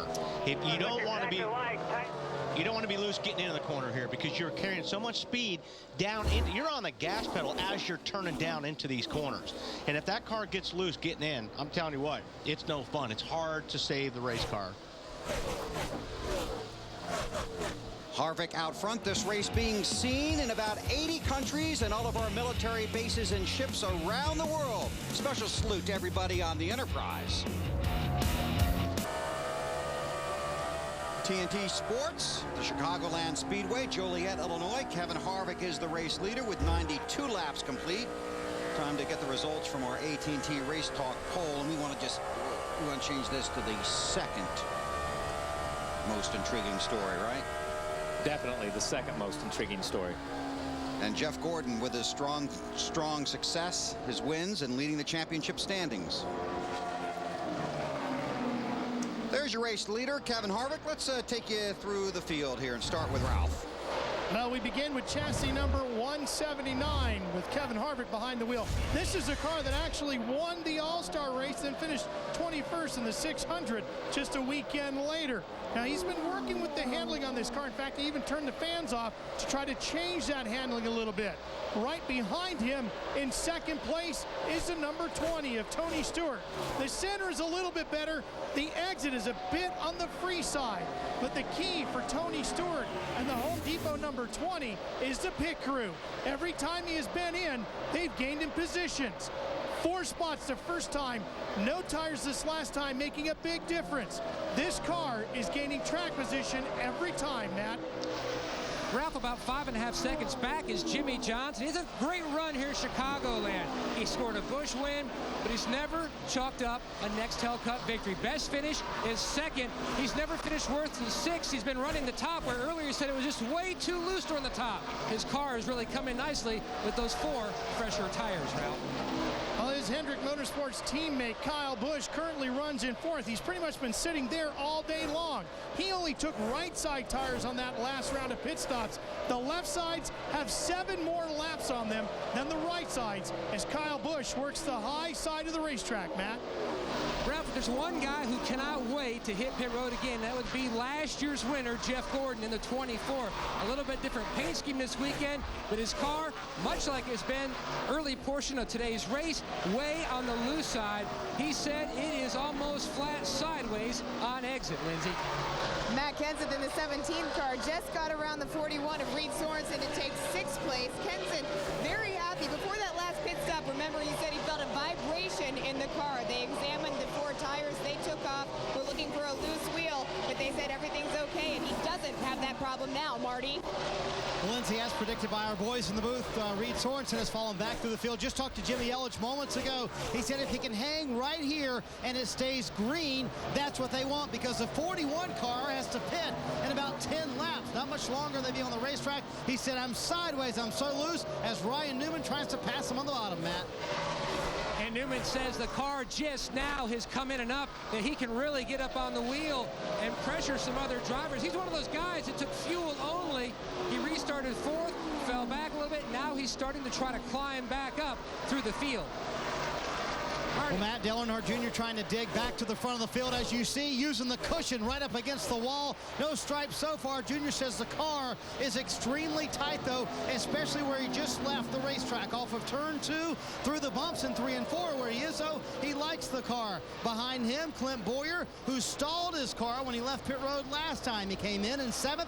He came out in 9th. Bowyer has actually lost a spot since then with a car that is very loose, Larry Mack. Well, we talked about Kurt Busch in the 2 car who has worked his way up to 13th. Remember, he had to start at the rear of the field because of an engine change. But how about a guy that crashed a car that he loved in the first practice yesterday? Mark Martin in this 01 Army car, trying to help this team finish in the top 12 in owner points. He's worked his way now to the top 20 up to 17th. Thanks, Larry. There are 27 cars currently scored on the lead lap. Carl Edwards runs in 11th. Truex is 12th. Then it's Kurt Busch, Casey Mears, the pole sitter, and Jeff Burton, the top 15. Kevin Harvick out front at Chicagoland. Kevin Harvick in that 29 car is the race leader here at Chicagoland, knocking Johnny Sauter off the lead lap. 26 cars on the lead lap. Harvick, Stewart, Johnson, Kyle Busch, Jeff Gordon, the top 5. Dale Earnhardt Jr. out there about the 6th spot.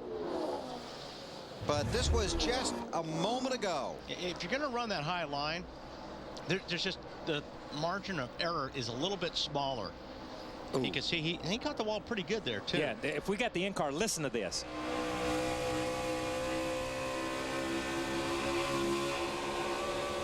You can hear it. You hear him on the throttle. It's just like that, and then it just barely scrapes it. And but it sounded like it just barely scraped it. Watching it from the other angle, it looked like he got into it, but it doesn't appear to be a lot of damage to it. Down to the birthday boy, Marty Snyder. Well, guys, Junior said he just scraped it, and he did feather the throttle a little bit. He said he tried as best as he could, but he says, and Kyle, you and Wally know that the wall kind of comes out there off of 4, comes at you when you're driving, so it's not a lot of room there off the exit of 4. Hey, Marty, you got somebody coming your way down there? That would be Mr. Reed Sorensen, who hits pit road. He said his car, this entire run, Weber, was extremely loose. This will be 4 tires and an air pressure adjustment for Sorensen, trying to get that thing tightened up. He said, early in that run, they were doing okay when they took no tires last time. Now their hope, though, is that it stays green and everybody else has to pit under green flag conditions. Let's see how this plays out. Bobby Labonte and John Andretti have been knocked off the lead lap by Harvick. And his car may have been extremely loose, but he did a great job just hanging on to it and keeping it in track position. He kept it up, and that's what pitting that way is all about, is staying at the front part of the pack. Now, this is going to be the telltale. Whoa, Stewart was real loose. It's going to be into turn 1 right there. Yeah, these cars, this is a car that didn't pit for tires, but see, he's run down the 29. You see the 29 waving. He's coming in the pits this time. These are cars that did not pit. The 41, the 29, and the 20. So they're going to be pitting. You see the 43 and the 45. John Andretti and Bobby Labonte have gotten back in the lead lap now. Yeah, the 20 pitted for fuel only. Yes. So the 29 and 41 are the 2 that we're watching right here. 41's been there, and the 29 is headed for Ralph Shaheen. Our race leader has made his way down onto pit road. They're talking about tightening this car a little bit. It's been pretty good. Remember, there was a 6-lap window, and the key to this whole run of staying out was all about track position.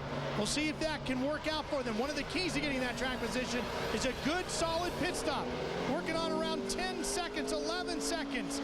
Can they get him serviced in a way? They do in about 14.5 seconds. Pretty solid stop for the 29 crew.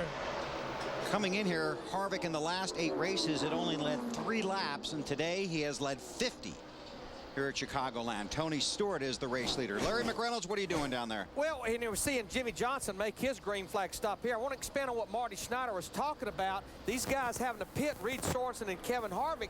But the one thing about it, I think it's forcing guys like Jimmy Johnson to come to pit road, because every lap that they're out there on fresh tires, everyone else on older tires, they're picking up over a second a lap, Matt Yoakum. Larry McIntyre, crew chief Ron Malik has already completed the track bar adjustment. Jimmy said he was free on both ends, entry and on exit. Ralph? Well, the 26 is in and out. Getting ready to go away is the number 26 of Jamie McMurray. This car has been running decent, but they haven't been gaining the ground that they've wanted to with the car. They were talking about taking some air out, trying to loosen the car up just a little bit too tight on the number 26. Meanwhile, Kyle Busch now making his way down pit lane as well in the 5 car. Marty, let's go to you now. Well, guys, when you're running that high line like Dale Earnhardt Jr.'s been all day, you can sometimes brush the wall. You can also sometimes hurt the right front when the car is pushing as bad as Junior's car is pushing. He said, guys, we are just killing the right front on this car, and at the end of the run, I've got nothing left. Air pressure adjustments trying to loosen this car up, and a bottle of water for Junior, Ralph. Well, the 20 of Tony Stewart has been free in the center. They need to free it up even more is what he wants that car to do. The entrance and the exit has to stay the same with this number 20. That's what he wants it to do, Marty.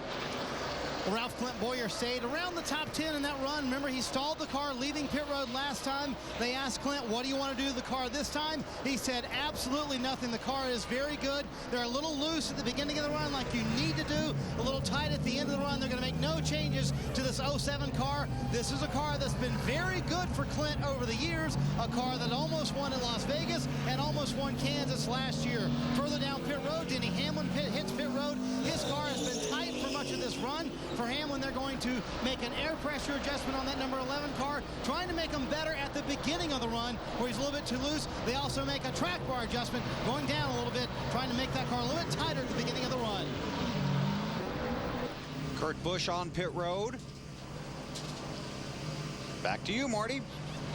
Well, what a run this has been for Kurt Busch. We've documented that from the very back of the field. He hits pit road, currently running in the, where is he, Weber? What place is he in? I can't find it on my scoring chart. Yes. He came in as the leader. Oh, he came in as the leader. The car, very good for Kurt. He said it's a little too loose off the corner for his liking. They had a pound to the right rear. That's actually to fix a tight condition getting into the corner. Loose off the corner, a wedge adjustment to fix that for the 2 car. A nice run. They have a fast car. They still need a little help with the track position, though. This is a drive-through speeding penalty for Clint Bowyer. Too fast on pit road, so he has to do a drive-through on pit road. Also being told Robbie Gordon missed the commitment cone. He hit the commitment cone. Go, go, go. Pass, everybody you can pass. And Harvick reassumes the race lead. So those green flag stops started around lap 113, 116 complete. Harvick leads at Chicagoland. TNT Sports at the Chicagoland Speedway, Joliet, Illinois. The USG Sheetrock 400. 121 laps are complete. The action doesn't end when the race is over. Take advantage of TNT's Superstore discount, special driver guitar auctions, and more, only at NASCAR.com. New leader, Jimmy Johnson has reassumed the lead. Tony Stewart is second, Kevin Harvick third. And just to clear up, Clint Bowyer was too fast entering pit road, and Robbie Gordon actually went around the commitment cone, still came down pit road, and had to do a drive-through penalty. Both drivers with a pass-through penalty on pit road. Here's how Jimmy Johnson got the lead. Harvick in the 29. Harvick chased it up the bank. I was going to say, it looked like he was a little bit loose, which maybe, you know, these guys are trying to be a little bit loose on the beginning of the run, and you can see Jimmy's pretty loose. I guess everybody's loose. How do you drive that lap after lap like that? Actually, you just, you know, like I said, coming off the corner is not too bad because you can do it and you can catch it and you control that with the throttle. So it's really not that bad if you once you get used to it.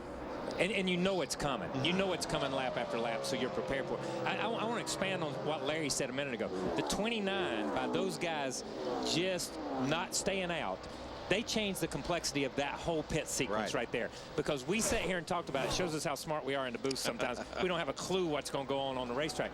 Those guys got so far ahead, like Larry said, once everybody got on equal tires, they were just going to drive away from people because they had already driven out to a 4 or 5 second lead. So it forced everybody else to short pit, which means pit 7 or 8 laps earlier. Now everybody's back on the same sequence on equal tires. And Ed Bowyer and the 29 car dictated that.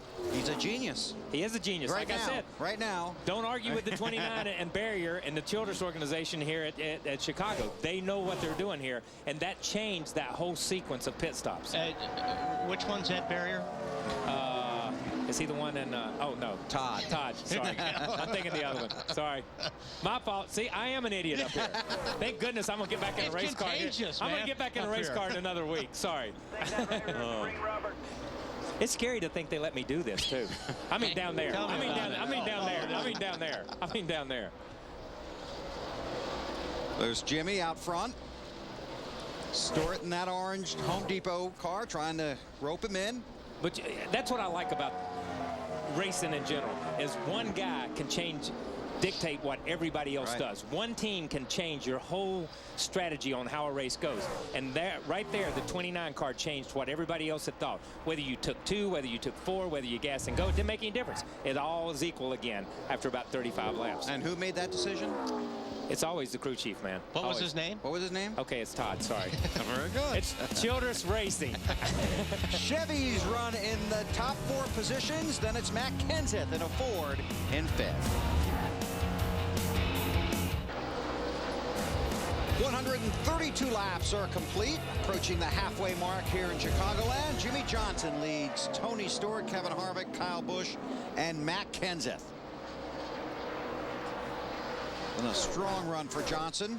Got his only Busch Series win here. Has never won in a Nextel Cup race. 5 starts, never worse than 6th. Here's our Miller Lite race fact.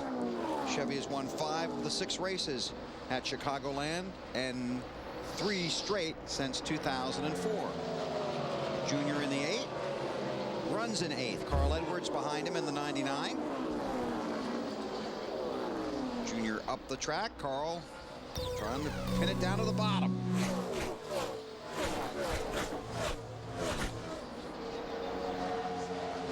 Halfway here at Chicagoland, Johnson leads. Check with Lindsay. Carl Edwards is pretty happy with his car. Back on lap 123, Bill, he was saying that the car feels pretty good after 10 laps. It's still holding strong. And if you talk about teams, this is such an important race for this team because a couple weeks ago they felt like they were in the bottom of the barrel. They pulled it back out last week with that top 10 finish, and they feel like today they can make another strong run. The guys Dale Earnhardt Jr. in front of him, and Junior on the radio was funny a moment ago. They asked him how the car was. He said, well, let me see, we got no rear grip and we got no front grip. Anything else you want to know? Just, I think everybody's dealing with this, guys. The track is slick, and you've heard a lot of guys say there's just no grip out there on the racetrack right now. Tell you, man, you can pick out any car just about now and watch them and see that. You see how they're fanning out? They're all trying to stay away from each other right now because there is no grip. So they're looking for the racetrack that they can get something aero-wise through the corners. Since there is none, like Wally says, since there's no grip in the track itself, they've got to let the air force the car down into the racetrack. And that's why they do spread out when they get to the corner like that. They've used up all the racetrack from wall down to the if these guys could get it in on the flat and keep it going straight on the flat, they'd be running on the flat using that new asphalt right now.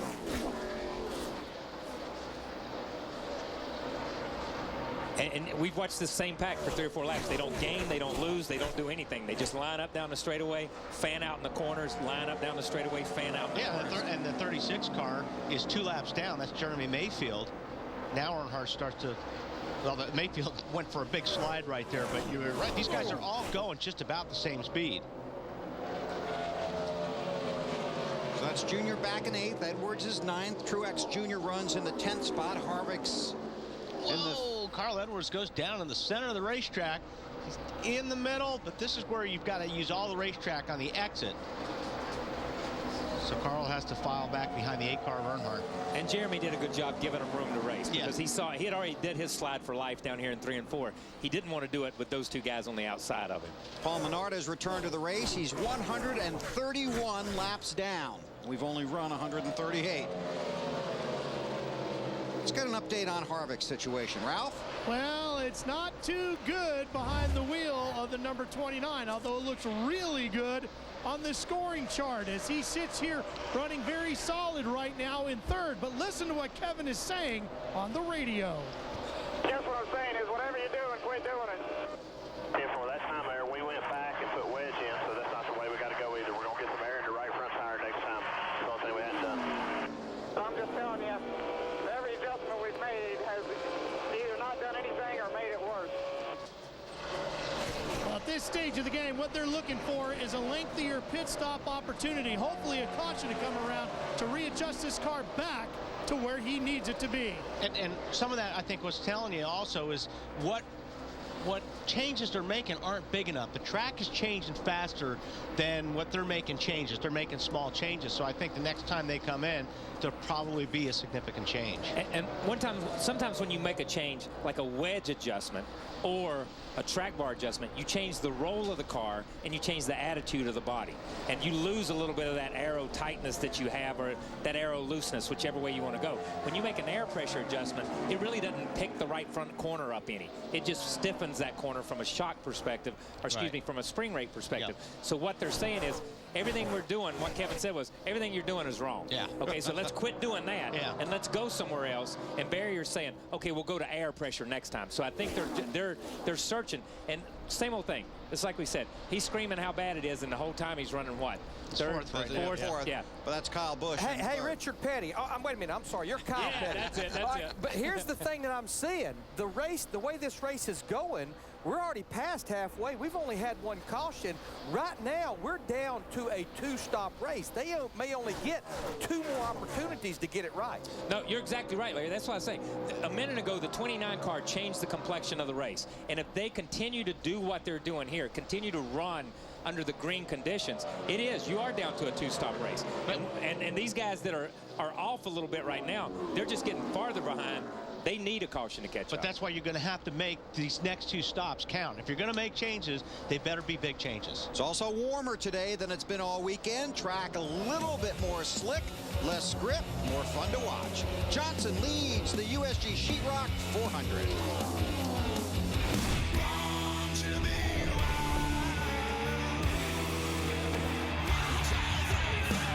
You're watching NASCAR on TNT. Back at Chicagoland Speedway, Jimmy Johnson, your leader, 148 laps into this race. And let's take a look back at some of the more important moments of the race alongside Larry McReynolds here. And Larry, we saw Dale Earnhardt Jr. miss pit road. We saw him bump into the wall at one point. Hasn't been the best day for him. Probably the biggest moment of the race. Jeff Green going to spin out, but it's what happened after the spin out that really changed. Yeah, this has been the only caution we had on lap 59. All the leaders came to pit road with the exception of Kevin Harvick, Reed Sorensen. Kevin Harvick, they stay out. They lead the next 60 or 65 laps. And then Jimmy Johnson gets back by Kevin Harvick on lap 21, so he has led the last 28 laps. Yeah, lap 121, he retakes the lead. He's still in the lead. We're now going to get it down to Matt, trackside. Matt? Mark, Kevin Bonomanian told me that when he scored his first win as a crew chief at Dover, it was a home game for him. But what made it special for the Massachusetts native, his dad was there. For interim crew chief here on the 48, Ron Mallett, this is a home turf game as well. He graduated high school about an hour from the racetrack at Warren County High School, Gurnee, Illinois. This is a special place. They've never scored, though, a Nextel Cup win. If this interim crew chief could get a win today, he'll do it with his dad, Ralph, here in attendance. It could be a big afternoon for Jimmy Johnson and his fans as Johnson continues to lead at a place he's never won, Chicago. More after this. Caution on the track at Chicagoland. Jamie McMurray has been in the wall. He slowed down just prior to Matt Kenseth's passing him, so I'm thinking he felt something going wrong when he got out of 4. Obviously, it looked like he lost the right front tire there, but I think he felt that earlier. Yeah. He was way out of the gas before that. Pits are open. Lindsay. Matt Kenseth is going to come on in. He said his car was starting to get just a little bit tight. And, you know, Kenseth was one of those guys that ran the Busch race last night, finished second in that. And he said, if anything, they were able to gain a little bit of information about tires and tire pressures. Right now, 4 tires and fuel for Kenseth, Ralph. Tony Stewart getting ready to make his pit stop in the number 20 car. He's been free a little bit on the entry to tick stuck when he gets back in the gas. But they don't want to make too many adjustments to it because he doesn't want to change it up too much, Matt. Gas man Rich Katir has already made the wedge adjustment. On the last wedge adjustment, Jimmy said, as the 20 of Tony Stewart will beat him off pit road, said the fact that the car just was too sensitive over the bumps, Marty. Dale Earnhardt Jr. said the only thing that bothered him about that last one is at the beginning they were a little bit too loose. At the end, they were very fast. So to fix that loose condition, they had half a pound to both left side tires, trying to make them take off a little bit quicker, Bill. Thanks, Marty. Saw a tire get away down there. It was the one car's tire, but if you watch this, he runs back across. It's in the pit box before the one ever leaves. So it'll be interesting to see how they judge that, because most of the time when it goes across, it's a penalty no matter what. But that car did not leave the pit box. They were thinking about it. They didn't let the car leave the pit box until all the equipment was back where it needed to be. Tail end of the longest line for Martin Truex Jr. after that tire got away. That 0-1 right there, Mark Martin. He's the lucky dog.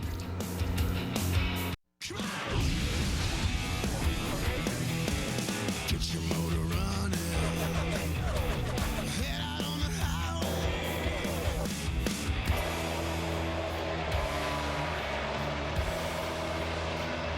This is Chicago.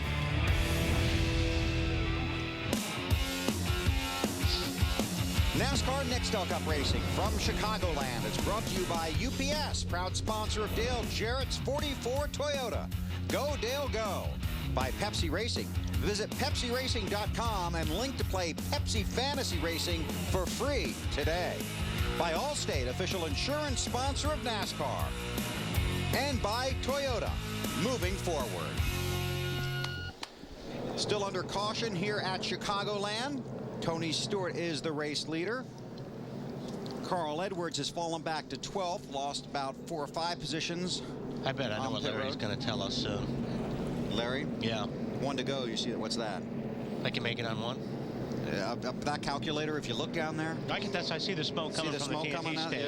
Yeah, you see that smoke coming. There's more smoke off that than there was off the 15 when he had trouble. It's a pretty simple plan here, guys, because they all pitted at lap 155. That's 112 to go. That means they have to make 2 runs of 56 laps apiece, which I think is borderline. The good news is, though, these cautions we've had since they pitted, that will buy them a little extra time there because it's about 2-to-1 cautions to green. And Larry, you know what he was just doing? Topping off. There you go. And Larry's going to halfway commit to that. Hey, Larry, let me ask you a question.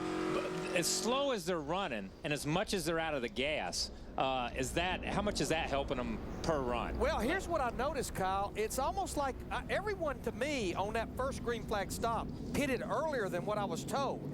They got a good reading on their fuel mileage, and if you notice the next set of green flag stops, they actually ran 4, 5, 6 laps further than they did that first time. There's no question. Slower lap times, you own the gas less, definitely will help the fuel mileage. Coming to the green, Matt.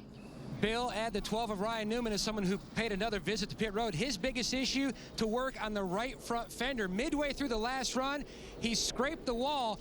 Cosmetic damage wasn't too considerable, but they still wanted to fix it. Like Larry Mack mentioned, also, you get a chance to top off and maybe make it on the windows like he mentioned. 16 cars on the lead lap, 109 to go.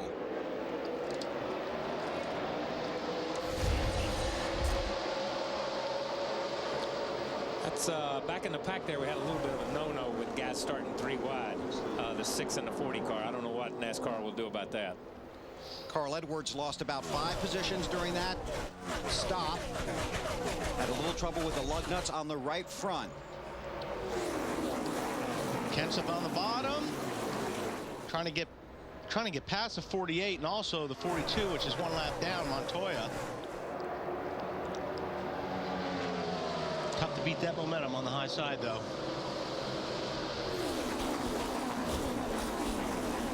That's 3 wide. You want to get out of there in a hurry. Me.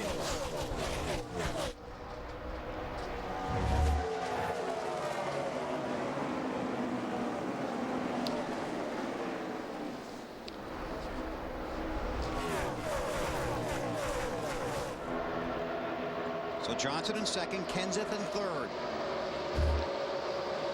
As Wally pointed out, that's Juan Pablo Montoya in that 42, the first car 1 lap down.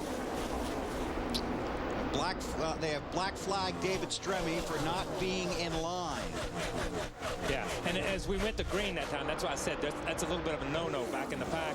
Those guys were not in line by the time they got into turn 3 over there. You've got to be in a single file line. These guys are trying to stay in line here and knock each other out of line at the same time. But that was the call behind Stremme, and I'm not sure Stremme was in the wrong there.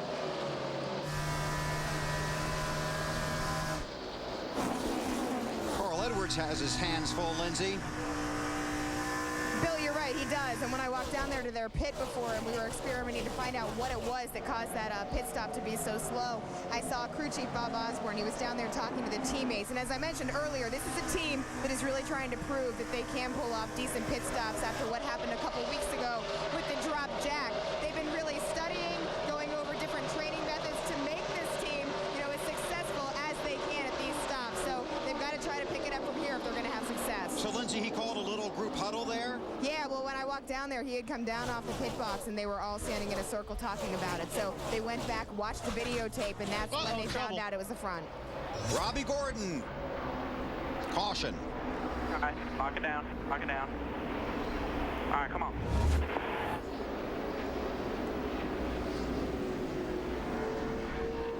We're done. Robbie was running back about 35th. He's all up there. He was on by himself. He just Got away from it. You see it wobbled a little bit in, like it was loose, getting in a little bit.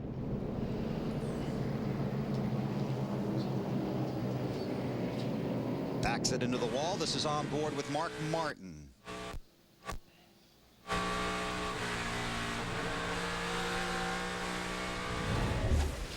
So I say, when you lose it like that going into the corner, it's tough to save. That wreck started going in the turn. You could see it on the film. That wreck really started as he turned in. Right. He got loose, he chased it, and finally there was just no more chasing and it turned on him.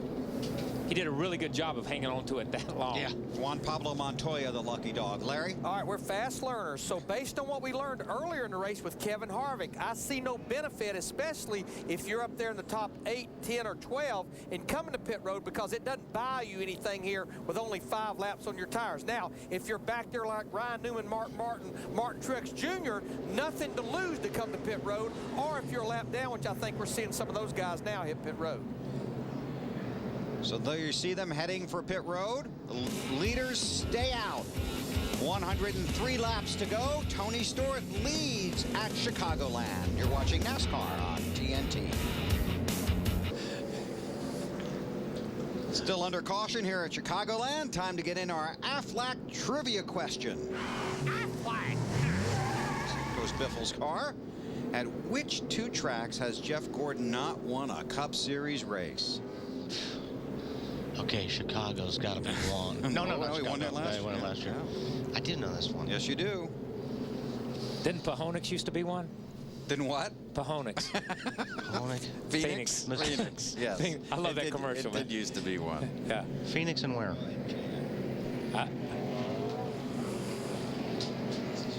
Homestead. Yeah. Oh. Texas. That's good. How would you like to be an owner for a day? Log on to aflacracing.com for details on how to enter. BP always used to cue the duck for us. Last Thursday would have been Benny's birthday. Let Terry know we're thinking about her and about the big guy. Aflac.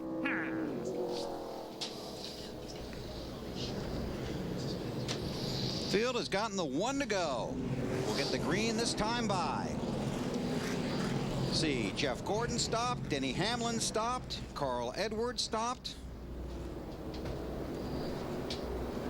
There are 17 cars on the lead lap. Montoya was the lucky dog. On board with Mark. Looking ahead at Denny Hamlin. Hamlin looking back at Mark Martin. Mark in a backup car started at the back of the field after a crash in practice here on Saturday. Make sure everybody's properly in line this time. Pace car to pit road. Tony Stewart is the leader. There you see the restart line. Green flag goes in the air. Oh! Mears busting a move there. Gets the position from Earnhardt.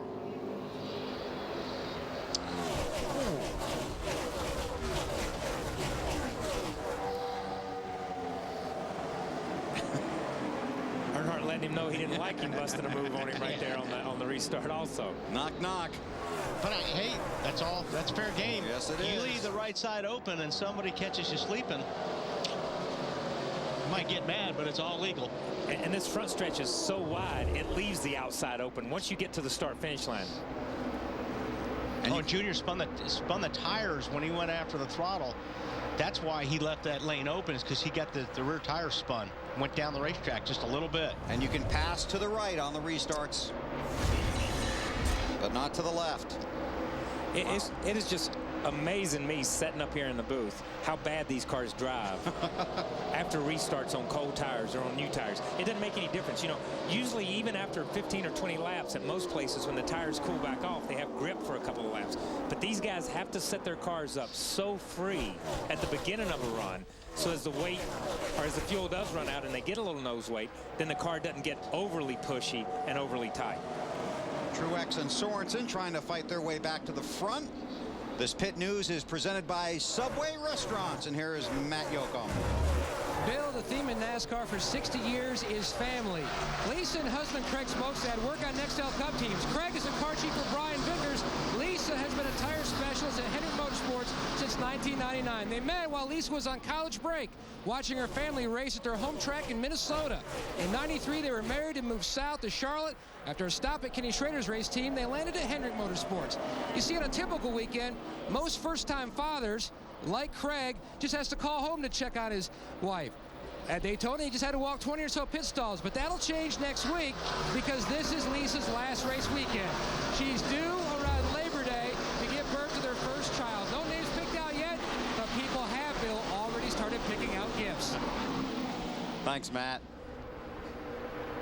It's pretty wild back in here. This is a good example of why they say cautions breed cautions, because you get everybody back in, and look, we can call this whatever you want to, but it's a gaggle, okay?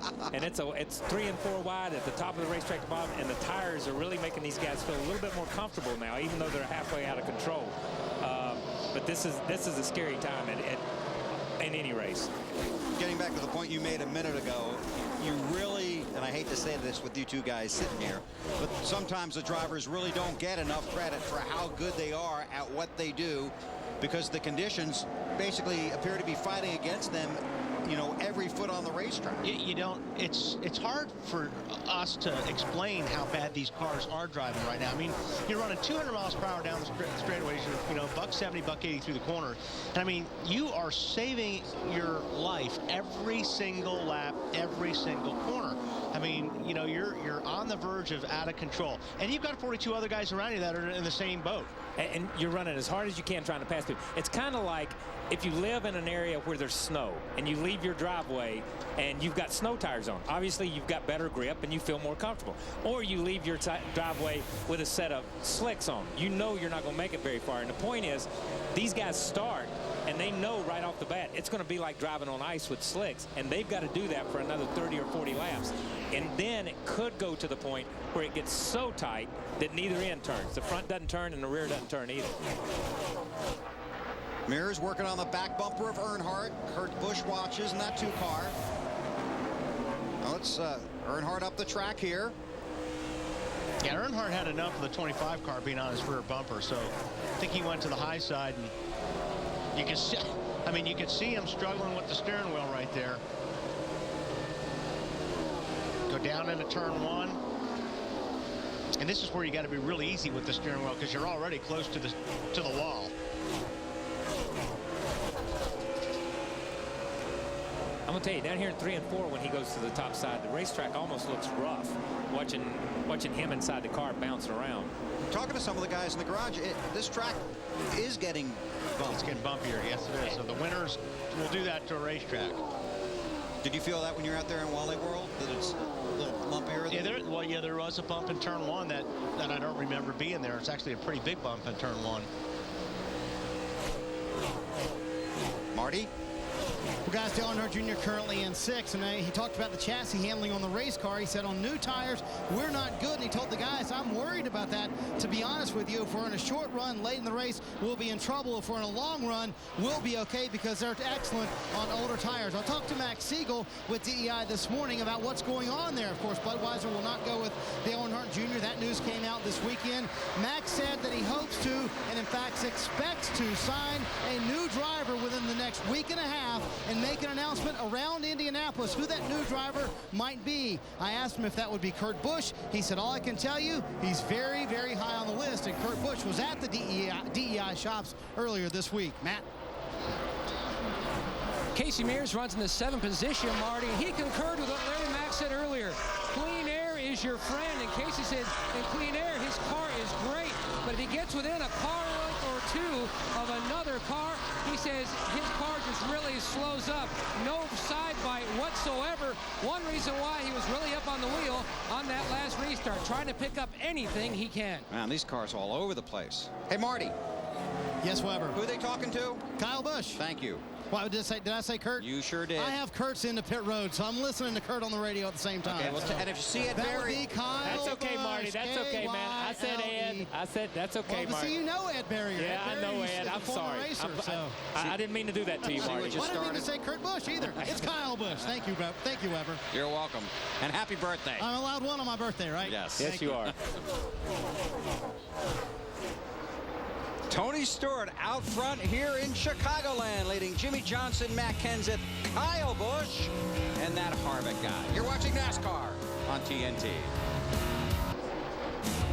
This is for the lead. Jimmy Johnson taking it away from Tony Stewart here at Chicagoland. So Johnson back to the point, Stewart to second.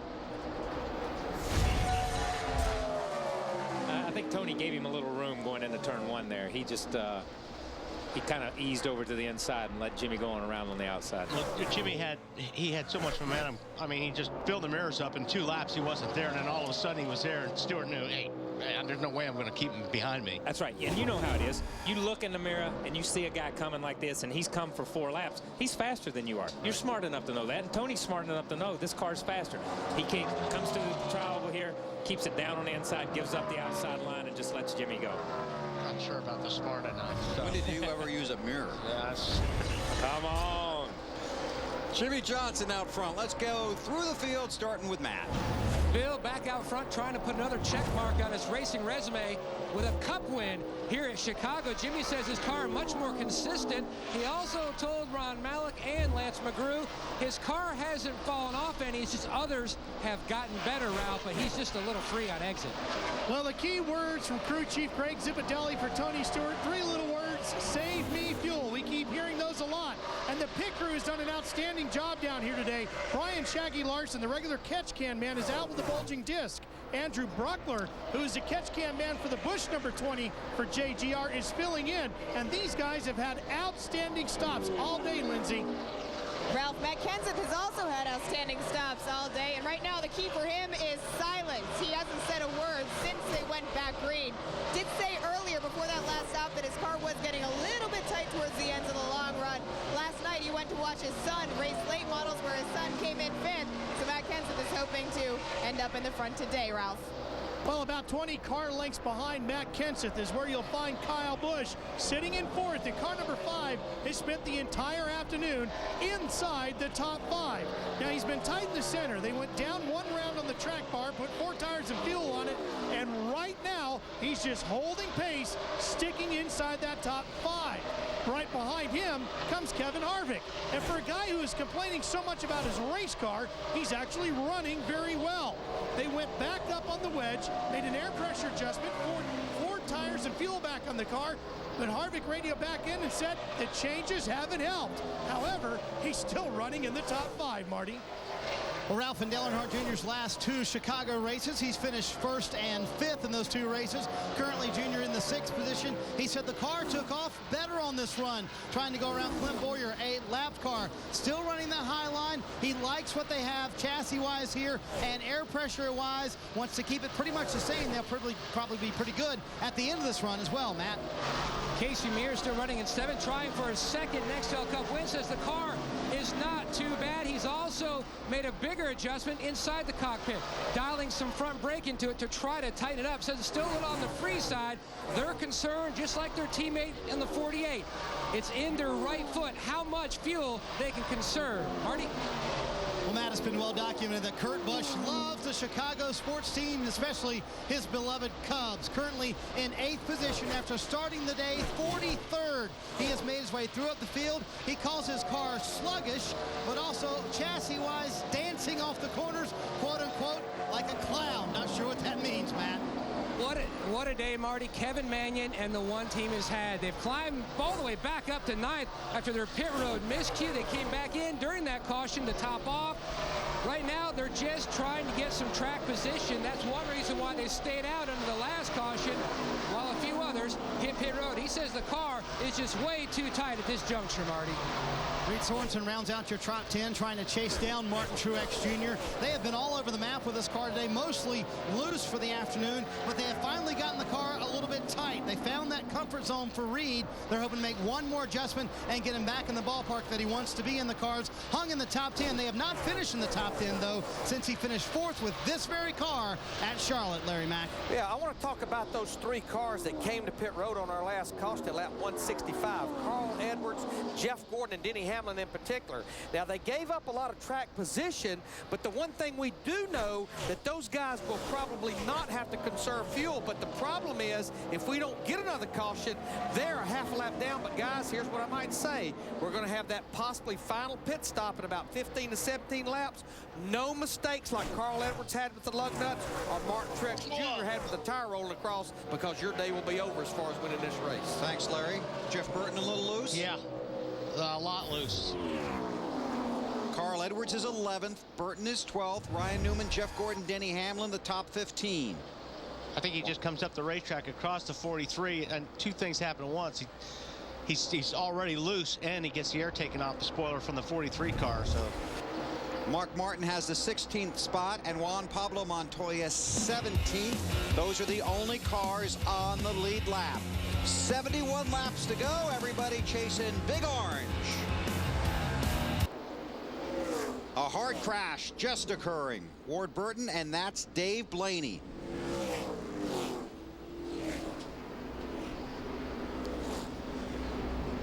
Caution is out. I was out of the gas, but not enough. yeah, I think he lost a tire here, because I saw an inner liner floating down the racetrack. I think. Yeah. Spun out, guys, and wrecked like crazy. That was a hard hit right there on the driver's side. On the driver's side too. See? Yeah. See the tire. Yeah. Yep. Good. That inner liner. That's a good call. Good eyes there, Wally. That was good. Clint Bowyer is the lucky dog. And Dave Blaney very unlucky. And there's Ward Burton to the garage. I've said it 100 times. That Caterpillar team has run really good this year to have the rotten luck that they have, and it's still going on. I hate that for Dave. You're right, Kyle. That was a hard hit for both those guys. You know, you hate to, you know it, being a driver, a lot of times you hit with the right side and you can brace for it a little bit. When the car slaps around, and that's a slap. Yeah. The car backs in with the left rear corner and then slaps the left side. You've got no time to brace yourself or do anything. I'll tell you, that headrest on the left and that Haas device, I mean, you remember when we didn't have any of that stuff, and it would hurt. Hey, Larry. I'm not sure my calculator can even fix this one here, because this caution really changes this race. We've got 65 laps to go. We pretty much have not seen anybody go further than about 56 to 58 laps on fuel. So I think, when we get the 1 to go, we're going to see everybody come to pit road to get 4 tires. We see the 1 to go, I think we'll see a multitude of them or top off. If you don't top off, you better believe you better be conserving fuel the minute you leave pit road, and there they are, boys. Here they come, Lindsay. The 17 of Matt Kenseth is coming in. Kenseth just got on the radio, said if the track is going to tighten up at all, just make it a hair looser. So they're going to give him a small air pressure adjustment. Also 4 tires and fuel, Ralph Shaheen. Tony Stewart on the very bottom of your screen in our triple split. They are really going to be close if they can make it here. Their last stop was on lap 155. Car chief Jason Shapiro just said to me, you know, you work everything you can that NASCAR allows you, then it's in God's hands, Matt.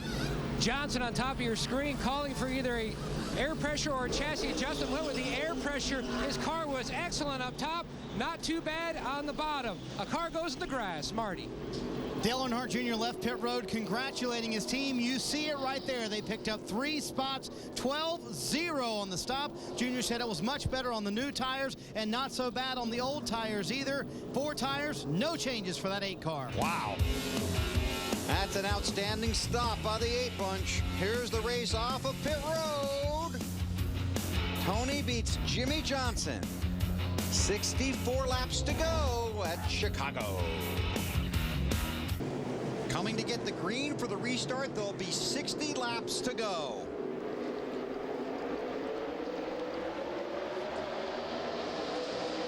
Biffle thought about jumping out there, but he thought twice. My man Tony was going to let him go just to get him penalized. Friends, you got to have friends. Jimmy Johnson looking to the high side for the lead. Oh, and he's sideways up there.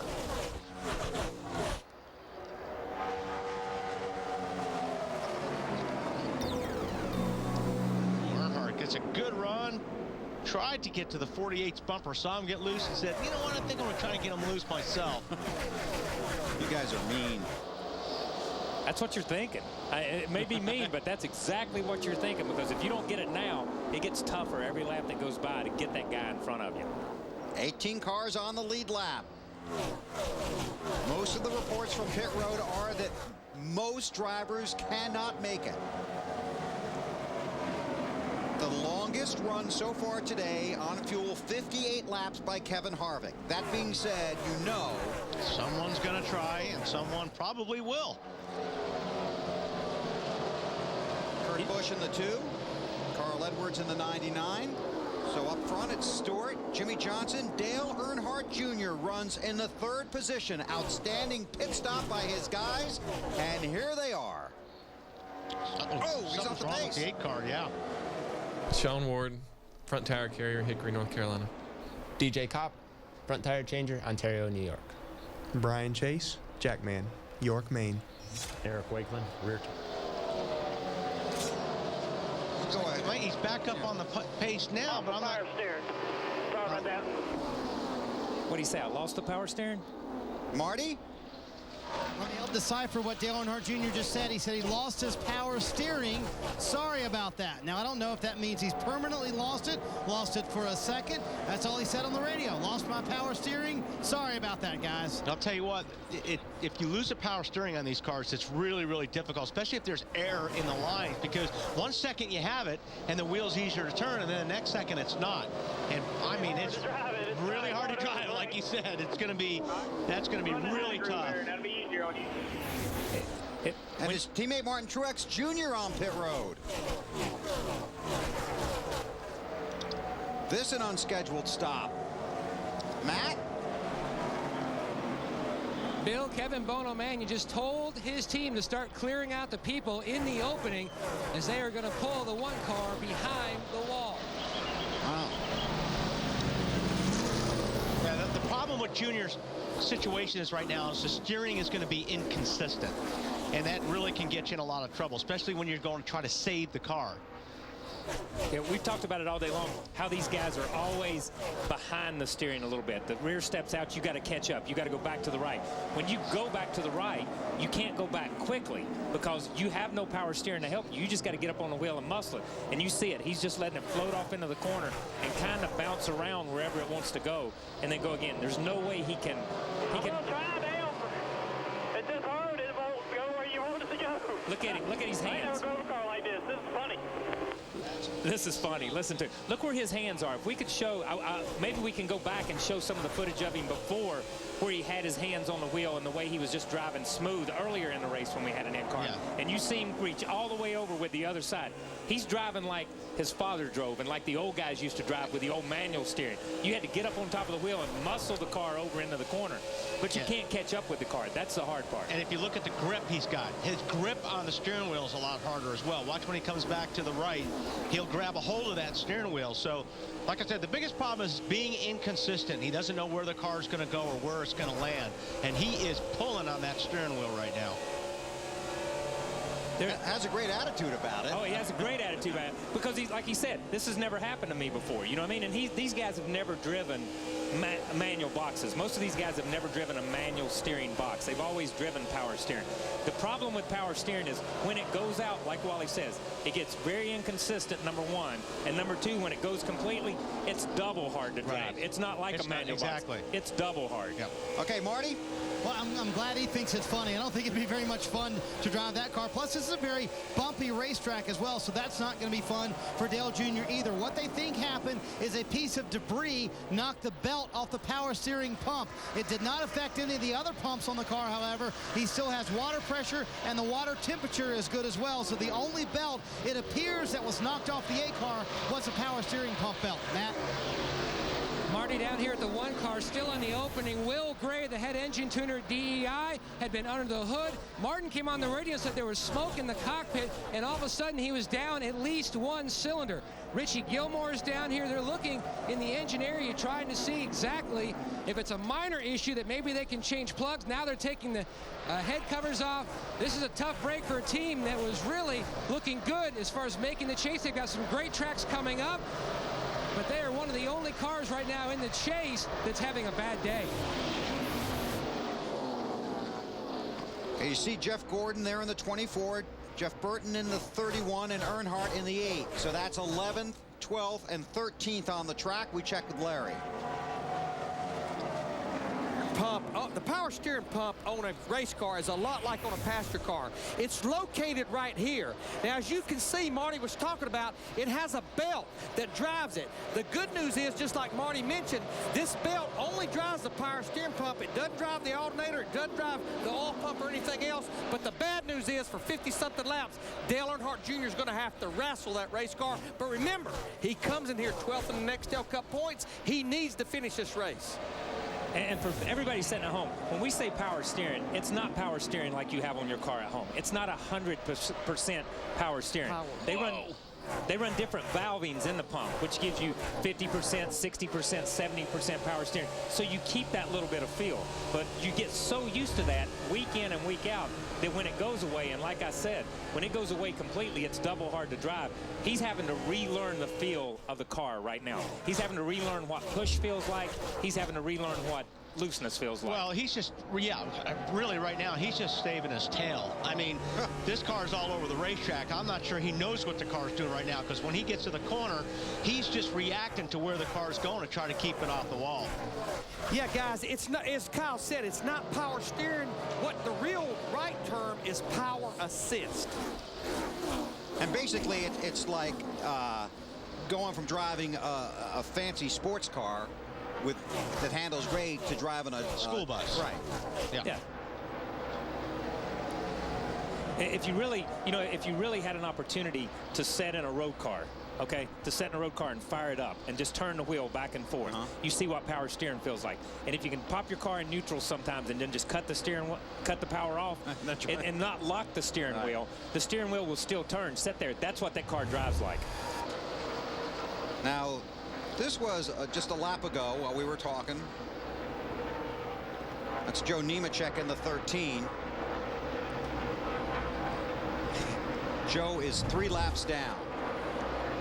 I'm with Wally. I think he's just pointing and stabbing and steering right now. He's just pointing it and standing in the gas and letting it go. He's doing a really, really good job to keep passing people. And I'd be willing to bet that he's having fun doing it. Oh, you know he's having fun. It's a challenge. You heard that in his voice. He's challenged by this. This is something he's never experienced. So Junior, no power steering, but hanging in there. Tony Stewart holding off Jimmy Johnson. Oh, Johnson has crashed. Hard crash. Jimmy Johnson. That is a hard crash.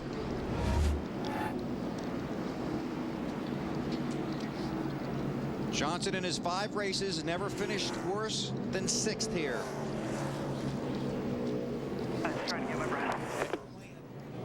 Let another tire let go by the looks of it.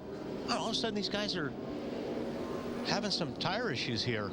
I don't know if there's stuff on the racetrack from some of the cars who have crashed and gone back out there, whether they're dropping parts and pieces. Yeah, but he is, you can see from the damage, it looked like it almost got in the right rear first and then slapped the wall to the right side because the rear of the car is damaged so much. Johnson 4th in the championship standings. Watch the tire come off right there, right rear. That's what did the damage. That's what did the damage there. Yeah. And that's kind of unusual. I mean, a lot of times when we see a tire go down, it's usually the right front because that's the one that gets abused so much. But as loose as these race cars have been here today. And the other thing, we saw it on the 48, we saw it on the 22 Caterpillar car. They didn't really feel it until they got to the corner. The straightaway felt pretty good, but they didn't really feel it until they turned in. Then it comes apart. Pit road is closed. We'll see who stops when we come back. Greg Biffle is the lucky dog. Under caution here at Chicagoland, Jimmy Johnson has climbed from his car and gone to the infield care center in an ambulance. 42 laps to go. Tony Stewart is the race leader. Then it's Matt Kenseth, Kevin Harvick, Carl Edwards up to 4th, Casey Mears 5th. Kyle Busch, Kurt Busch, Reed Sorensen, Ryan Newman, and Jeff Gordon the top 10. Pit road has not yet opened. And here's another look at Johnson's crash. Watch how fast this thing turns sideways.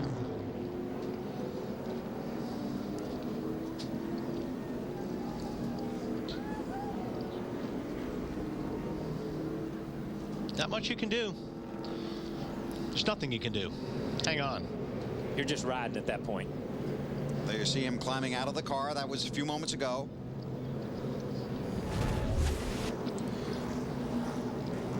And the safety crew working to get the car on the flatbed and off the track. Pit road remains closed. And it will be interesting to see what strategies play out here when pit road does open.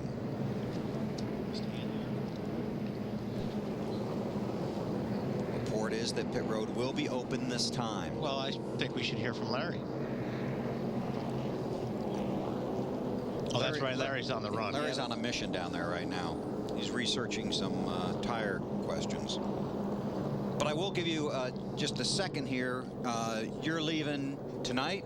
Tonight. For the charity ride. Leave from here to go to the charity ride, and then Davis Love III was with us until this morning. Now he's headed over to the British Open. I saw the British Open promo for TNT. Right. Excited about watching that Thursday morning. I promise I'll get up at 6 o'clock to watch it on TNT before I head out on our charity ride again. But yeah, we do the Chick-fil-A charity ride every year. And this year we're going north to south, Maine to Miami. So sorry to the people on the East Coast when we terrorize your town when we come through. But it's all for a good cause. It's for the Victory Junction Gang Camp, and we're stopping at a couple of children's hospitals. You go through Tiny Town?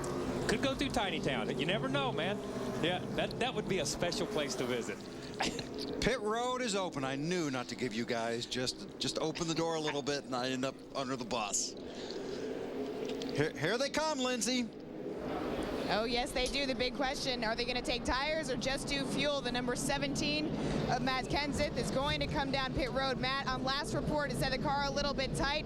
They're definitely going to give him enough fuel to get in there. And that's all it's going to be, guys. Ralph.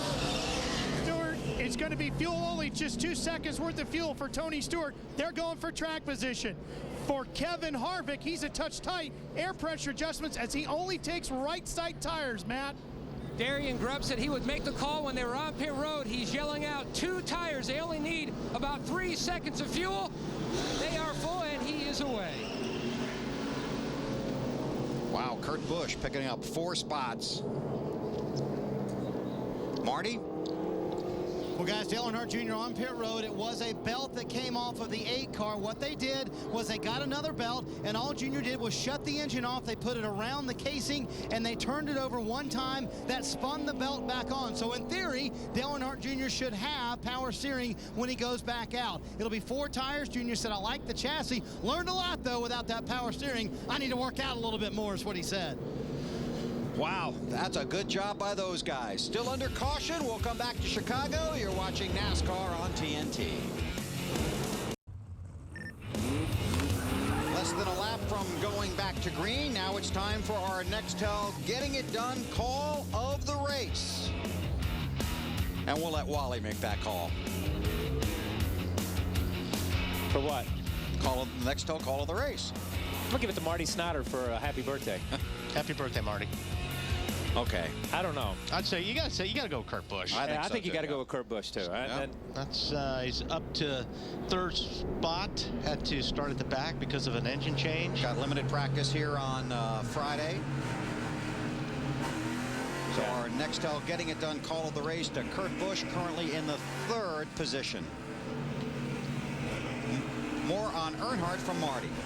Well, guys, just to clarify with Earnhardt Jr., what happened was when they were trying to get the belt on, the power steering pump seized up. So Junior actually does not have power steering. They tried to get it on there, thought they could get it on there, but at the last second it seized up and it didn't work out. Oh, boy, good. Restarts are going to be fun. That's going to be huge on restart, but that was what I was going to go to before we went to commercial, was to say a lot of times the fluid gets so hot, it bakes everything inside the pump, and the pump seizes up itself, and it doesn't work even though you think you have a belt on it. Well, you're just full of good news. been there. Stewart is the leader, but here comes Matt Kenseth. Oh! Tony went up high to block. Matt's going to try down low for the lead.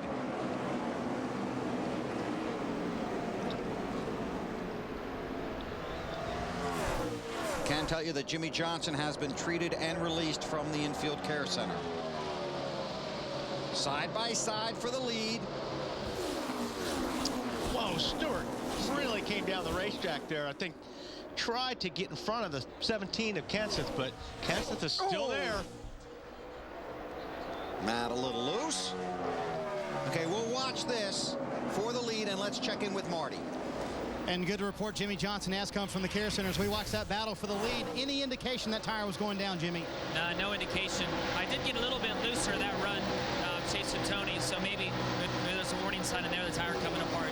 But man, when that thing exploded, I thought the drive shaft came out of the car. It was so violent, and then spun around and into the wall. Saw you kind of rubbing your arm. You okay? Yeah, I popped my elbow on the seat, and it was, kind of hit my funny bone. It was tingling for a little bit there, but maybe just a bruise on my elbow and knocked the wind out of me a little bit. I haven't hit hard in a while, and that certainly was one of those. But as fast as I was going, I knew it was going to be a bad impact. Good news is Jimmy's okay. How's that battle for the lead, Weber? Stewart has it. Kenseth wants it. Let's get a report from Larry McReynolds. Yeah, guys, I just left the garage, and of course Ron Malik, that entire 48 group with Goodyear engineers had surrounded that right rear tire. And what I was trying to find out, we've heard everybody hunting grip. We've heard about guys being loose.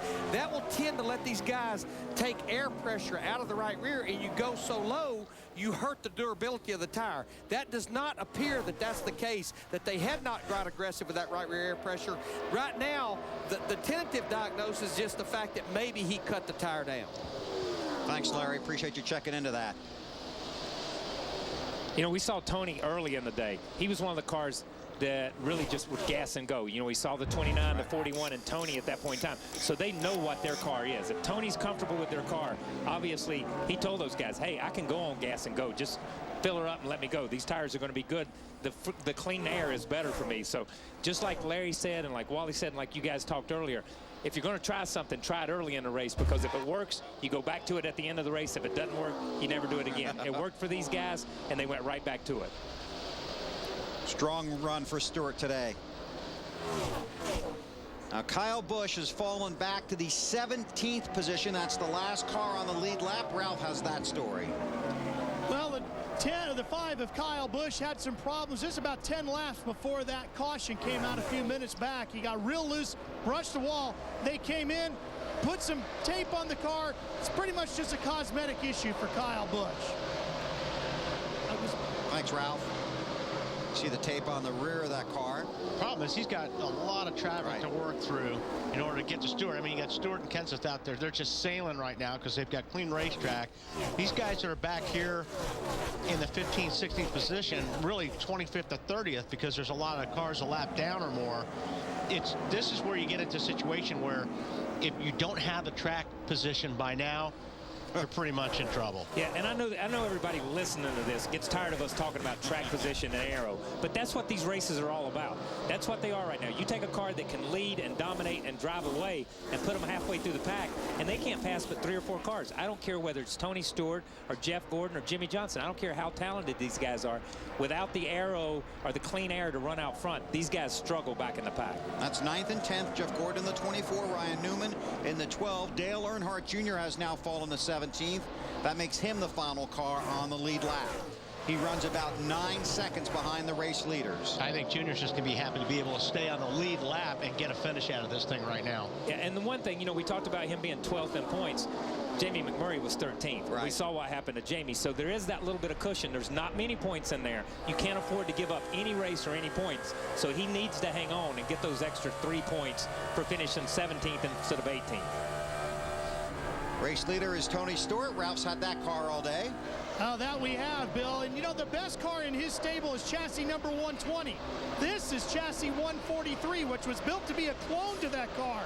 This car has gone through 5 different bodies and 3 different front clip designs as they've tried to match the aero numbers to chassis number 120. They think they have finally done it. And Lindsay, the way this car is running today, it might start matching chassis 120 in the win column.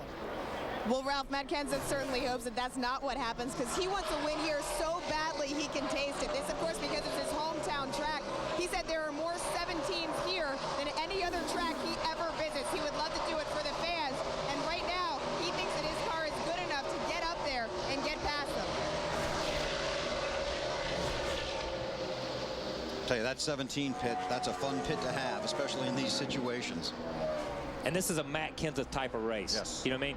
If it would go green from here out, this could be a Matt Kenseth kind of race because he's that guy that's just there in the top 5 or 10 all day long. And when it comes time for the money payoff, he's the one that's going to force the issue and make something happen.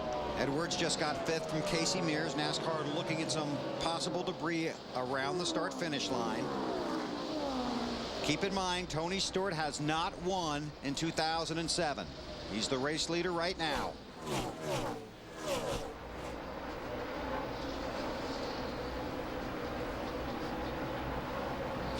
More on Mears from Matt. Bill, he just lost the 5th position. He's been loose all day long, and he came on the radio moments ago and says, now I am way too tight. So it's gone from one end of the spectrum to the other for Casey Mears. Remember what I told you earlier? When he gets someone directly in front of him, it really slows his car up aerodynamically. He just really slows down, and he loses even more ground, and that's what's happening. Thanks, Matt. Tony Stewart is the race leader, 25 to go. The 18 off the pace. We have one commercial set to get in. Do that now. Come back for the finish. Under caution here at Chicagoland. NASCAR on TNT.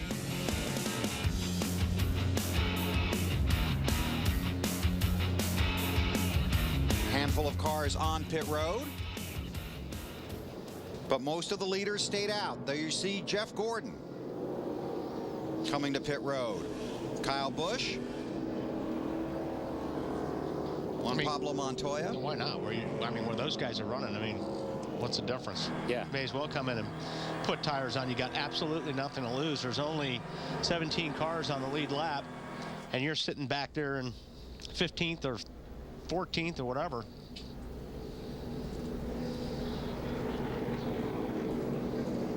Still working caution here at Chicago. NASCAR Nextel Cup Racing from Chicagoland is brought to you by Vitamin Water. It works for Casey Kane. By the auto parts experts at AutoZone. Get in the zone, AutoZone.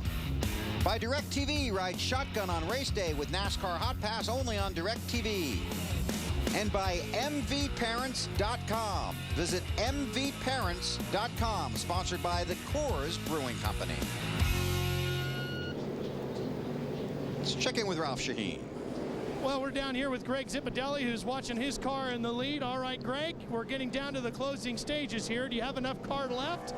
I think so. The Home Depot Chevrolet has been pretty good all day. These guys done a great job on pit road, and we've been a little free, and we've been starting that way so we can we're good at the end. And I think it was us to 48. He had some tough luck, but 16.99, 17.99. They look like they're pretty good in long runs, but hopefully this is what we need here. Cool tires down. We were just starting to pull away from them guys. I'd like to see it go green from here on out. Marty. Well, Ralph, I think it was appropriate that some of the booth guys gave the Nextel call the race to this race team. Kurt Busch and his team started 43rd, currently in 5th. That's been an impressive day, Pat. Yeah, the Miller Lite dive's been pretty good all day. Kurt did a great job in the first couple of runs because it was all green, and he drove all the way up to 13. We picked him up some spots on pit road. The Miller Lite Dodge pit crew's done an awesome job, too. So we're having a good day, and hopefully we can finish off here. Still a long ways to go. Now the question is, can they get around 4 more cars and maybe pull off the win, Weber? Thanks, Marty. Now let's show you why we're under caution. You saw J.J. Yaley slowing before we went to break. On board with Dale Earnhardt Jr. looking down the track. And this is the second time. Yaley up into the wall. And that brought out the caution. 20 laps to go. So you see Matt Kenseth in the 17 right behind Tony Stewart. And of course, you might remember from 1 year ago, Kenseth was leading. Jeff Gordon was behind him. There was contact on the track. Kenseth spun. Gordon went on to win. Now Matt runs second. Actually, there was contact on Kenseth's bumper. Yes, you're right. And that occurred where? On the track. Thank you. Boy, oh boy.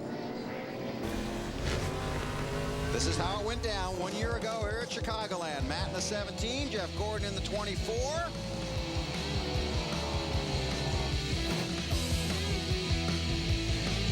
Contact on the bumper. And Gordon raced on to take the checkered flag. Lindsay? Crew Chief Robbie Reiser watching as Matt Kenseth is now on the second spot. What was your strategy back there, not taking any tires, Robbie? Well, we've been running good all day, and it's been running green, so I didn't want to put them back in the pack, you know, with only 40 laps to go. So to stay out, obviously, if we knew this caution was coming, we maybe would have took tires. But, you know, like I say, the race has run pretty green all day. So hopefully we made the right move and we'll be able to stay up there. I think the guys with tires probably got an advantage right now, but we'll see what happens.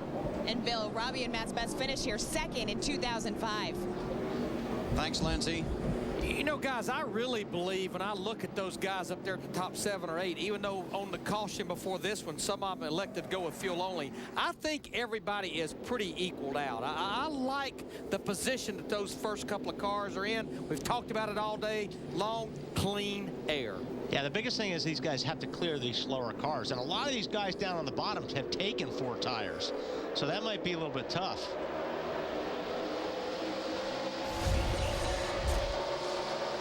$18 to go. Stewart leads, has not won this year. Kenseth almost had it here last year, didn't get it. Harvick in third, won the Busch race here yesterday. Past winner at Chicagoland.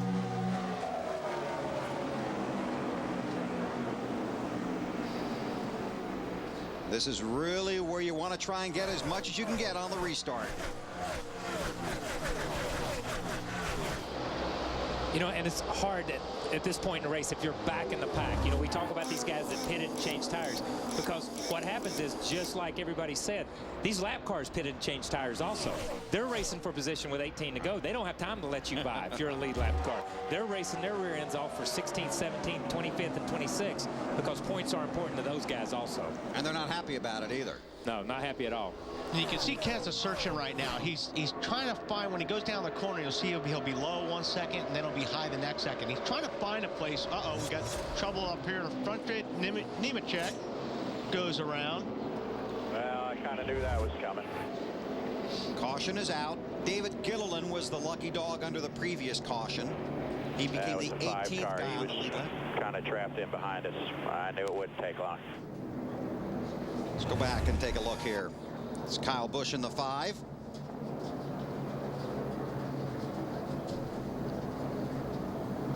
Nemechek lost that way before the 5 car even got there. And then they get contact with Earnhardt. Yeah, that is not Kyle Busch's fault. No. Not in any way, shape, or form. John Andretti in the 45 is the lucky dog under this caution. Now you see the 13. Wow, pin the 8 on the outside wall. Yeah, they made a little bit of contact, so Earnhardt's probably got a little bit of damage there to his left front fender. There's Joe.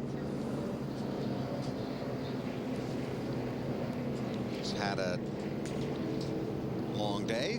Race leaders: Tony Stewart, Matt Kenseth, Kevin Harvick. Check with Mark and Larry. All right, just want to do a little race recap for you here, guys, and take a look back at how this whole thing panned out. And Larry, you know, the incidents that we had led to this strategy. First of all, I want to show Jay McMurray, obviously the big win in Daytona last week, 13th in points, so this unfortunate for him. But the one after this was really the big one at the time when Dave Blaney spins out. Ward Burton gets caught up in it. We thought the pit strategy was going to be the big deal for him. Yeah, Dave Blaney lost the cap off of the right rear tire, 65 laps to go. This pretty much put everyone in a box that they could not make it to the end. You see Dave walking to the ambulance. He was fine, but right here, the 48 car, been leading this race. He loses a right rear tire, hits the wall hard. We have confirmation, you see Jimmy Johnson's okay, that it was a cut flat tire, there was not really a tire issue there. Yeah, right. They wanted to make sure that everybody understood it was cut. By the way, top 6, the worst Jimmy Johnson had ever done before, obviously, getting knocked out of this race here. Guys? Thanks, Mark. Field stays under the caution here. Let's check with Ralph. Well, Todd Bowyer busy typing on his keyboard here. My guess is you're not sending out emails, but you are running in third right now. But Kevin has complained about this car all day, even though you've run very well. How good is it now, and does he have enough of a car to get the win? You know, anything can happen here. He's really good on his restarts, and, you know, the cycles on these tires, you know, we really don't know what they're going to do because no time today has anybody stayed out 3 times under 3 cautions. So anything can happen. He's pretty good here, so we'll just have to see what happens. I'll get back to your email. Thanks, Ralph. So it's Stewart, Kenseth, Harvick, Edwards, and Mears, the top 5. Then Kurt Busch, Jeff Burton, Clint Bowyer, Ryan Newman, and Denny Hamlin. 9 different leaders today.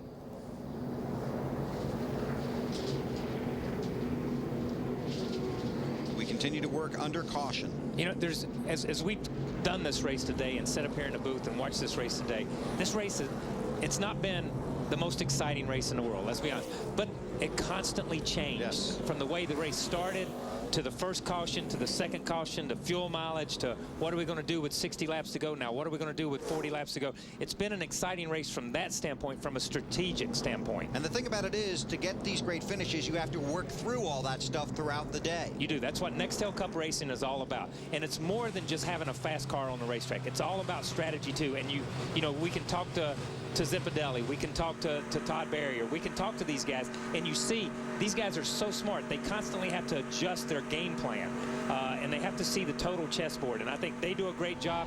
You see what these guys do out here on the racetrack, from driving with old tires to new tires to clean air, whatever it takes. So there's been some great calls made here today. If you dissect this race from a strategic standpoint, there's been some great calls made from front to back. And I still think the key here again is going to be how many cars can clear that bottom line. Those are the guys that are going to have a shot to win this race. If you get hung up racing a car that's a lap or more down, you've taken your chances out to win the race. This is when you wish the restart was within 10 to go. So it was a single file restart. Yep, half a lap from going green, Marty. Guys, it's also about overcoming adversity. Let's look at a couple of RCR cars who have done that today. Jeff Burton's car was horrible for 3/4 of this race, but his team never gave up. They worked on it, and worked on it. Finally, here he is in the top 10 and 7th. And how about Clint Bowyer behind him? His teammate, remember, he went down a lap earlier on. Speeding penalty on pit road. They fought back, and as Gil Martin just told Clint Bowyer a moment ago, remember the big picture. Kyle, you know this. When you're trying to make the chase, it's days like this when it wasn't so good for the first half of it that you make it good in the second half and come home with the top 10. Be 12 laps to go when they get the green flag. Stewart, Kenseth, Harvick, Edwards, Mears, the front 5.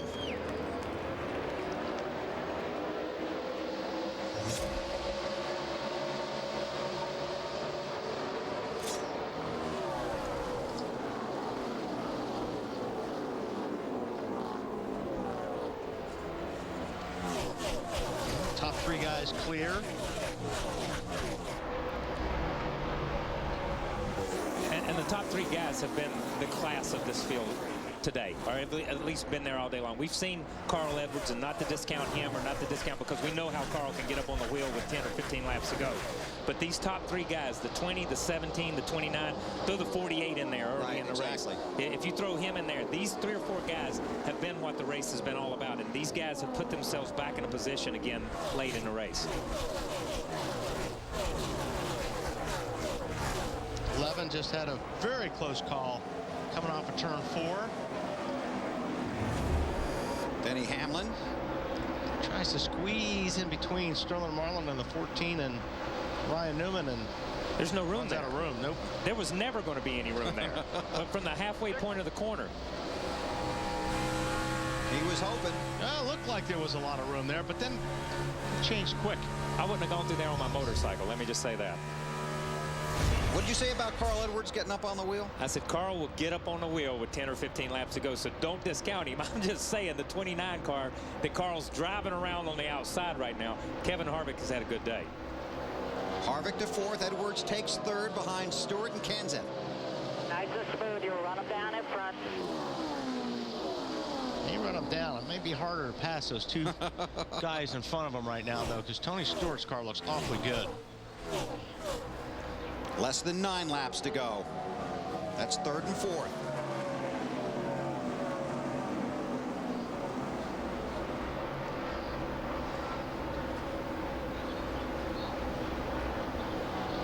And that's, you get about that close. When you start getting closer, that's when it starts really messing with your car as far as the air, you know, the guy breaking the air up in front of you. You got to give it to Kevin. Kevin's been on the bottom of the racetrack all day long. The only time he came off the racetrack was when he dropped like a rock after that one set of tires. Trouble for David Stremme.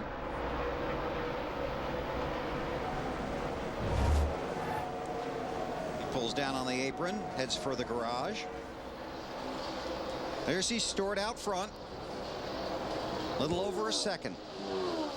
Last Saturday night at Daytona, Tony was involved in contact with his teammate Denny Hamlin. Yesterday here at the racetrack, Joe Gibbs was here. He called Tony Stewart into the 11 rig where Denny Hamlin was and talked to them for about 29 minutes. Not just any 29 minutes, the first 29 minutes of happy hour. 6 in front of us, babe. Nice and smooth. 6 to go right here. 6 more.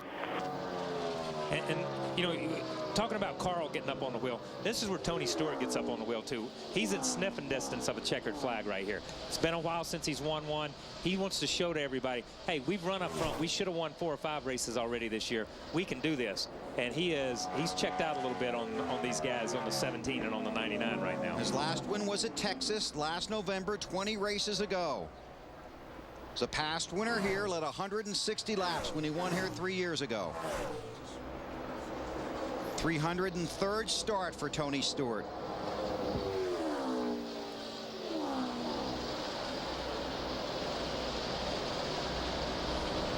I mean, that car is just, it's on a rail right now. And what he's got going for him, again, there's just nobody in front of him. Nobody in front of him. He floats it off in the corner. He gets it down on that white line. He gets back in the gas, where these guys are mired in traffic. And if somebody cuts you off a little bit, you got to check up. You lose your momentum. And you see how big a momentum track this is anyhow. I mean, it's just a big circle. See Jeff Gordon there trying to get Ryan Newman, as Newman sits in 10th spot right now. And I'll tell you right now, Carl Edwards is trying to get Matt Kenseth for second. There you see the distance from first to second and third.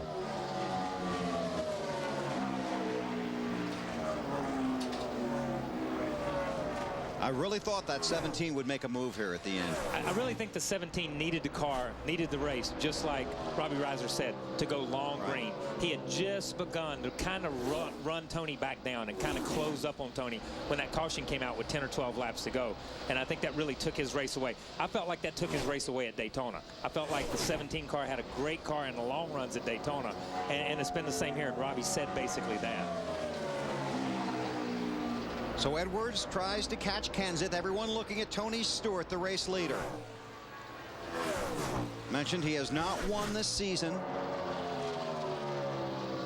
But I'll tell you, he is a second half of the season driver. Don't know why or how that works, but that's been the story of his career. Less than 2 to go. It doesn't look like Carl can run a totally different line than the 17. Either that or 17 changing this line around. Carl's pretty much running the same line as the 17, which is going to make it difficult for him to get around him. Those are teammates from Roush Fenway Racing. Matt Kenseth and Carl Edwards. And Matt's probably the best there is at blocking you without telling you that, without you knowing that he's blocking you. Last lap. 99's right on him right now. Oh, goes down to the bottom, and he almost forced Matt to run a little bit higher, but then you see not the grip. Yeah, he goes back to the gas and it pushes up the racetrack. Now these guys are just trying not to take each other out. Yeah. At that point in time. Just bring it on home. Did you hear him say not much teamwork here, just bring it on home? So Kenseth in second, Edwards in third. But Tony Stewart, 20 races since his last trip to victory lane at Texas in November. Tony Stewart wins at Chicago. Great run for the 20 Home Depot team and Tony Stewart. So maybe that pep talk from Coach Gibbs really did work. If it did, I'm going to see if I can pay him to come talk to me next week. I'm sure it did. I'm sure it did. And you know, I think it just gets Tony back focused on what he needs to be Y'all did focused a really on. nice job on pit road today. Thank you. You did a hell of a job there, Smoke. Thanks. You guys did it. You got me the track position, guys. You won us this one. Away from Matt Kenseth, and you talked about it before the race even started. Yeah. If you get out front, you've got a huge advantage because of clean air. And they got him out front at the right time of the race. Ralph Shaheen. Well, we're down here with Greg Zipadelli. Greg, you guys have been fast, you've been consistent, but you haven't made it to victory lane until today. Why the sudden change in luck? Just luck, good faith. The good Lord blessed us today. We've been struggling, you know, but everybody's stuck together here. Done a great job.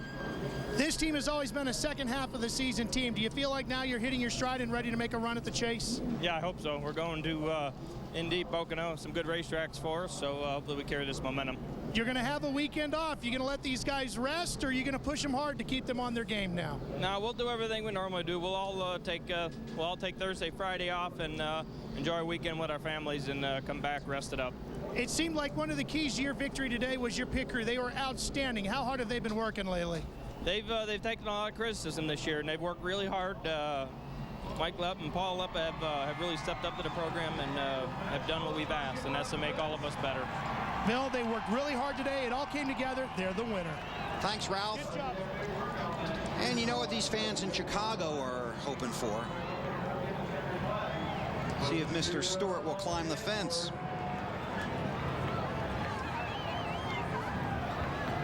Steering wheel is off. You see how hard it is to get out of these things.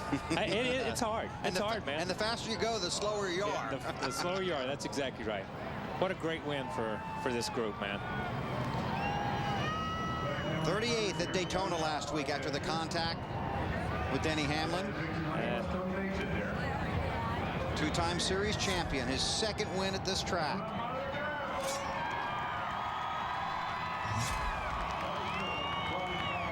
He's looking at it. Here he comes. Where'd he go? I think the officials told him not to do it. Did you see that? Because it's like he throws up his hands like this. That was a waste of time. That was a waste of time.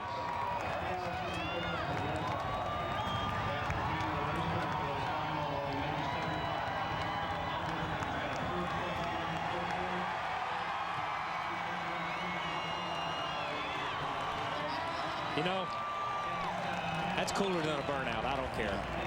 Everybody can do a burnout. They opened the gate for him to see if he wanted to go up that way. What do you think? Yeah, here's my man.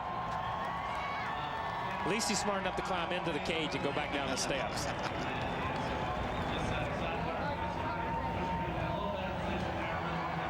Let's do victory lane from here. That'd be even cooler. That would be. Right there in front of the stands, right in the flag stand.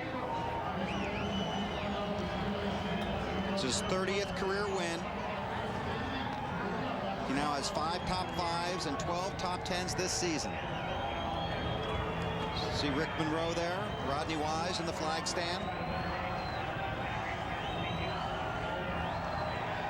I'm thirsty.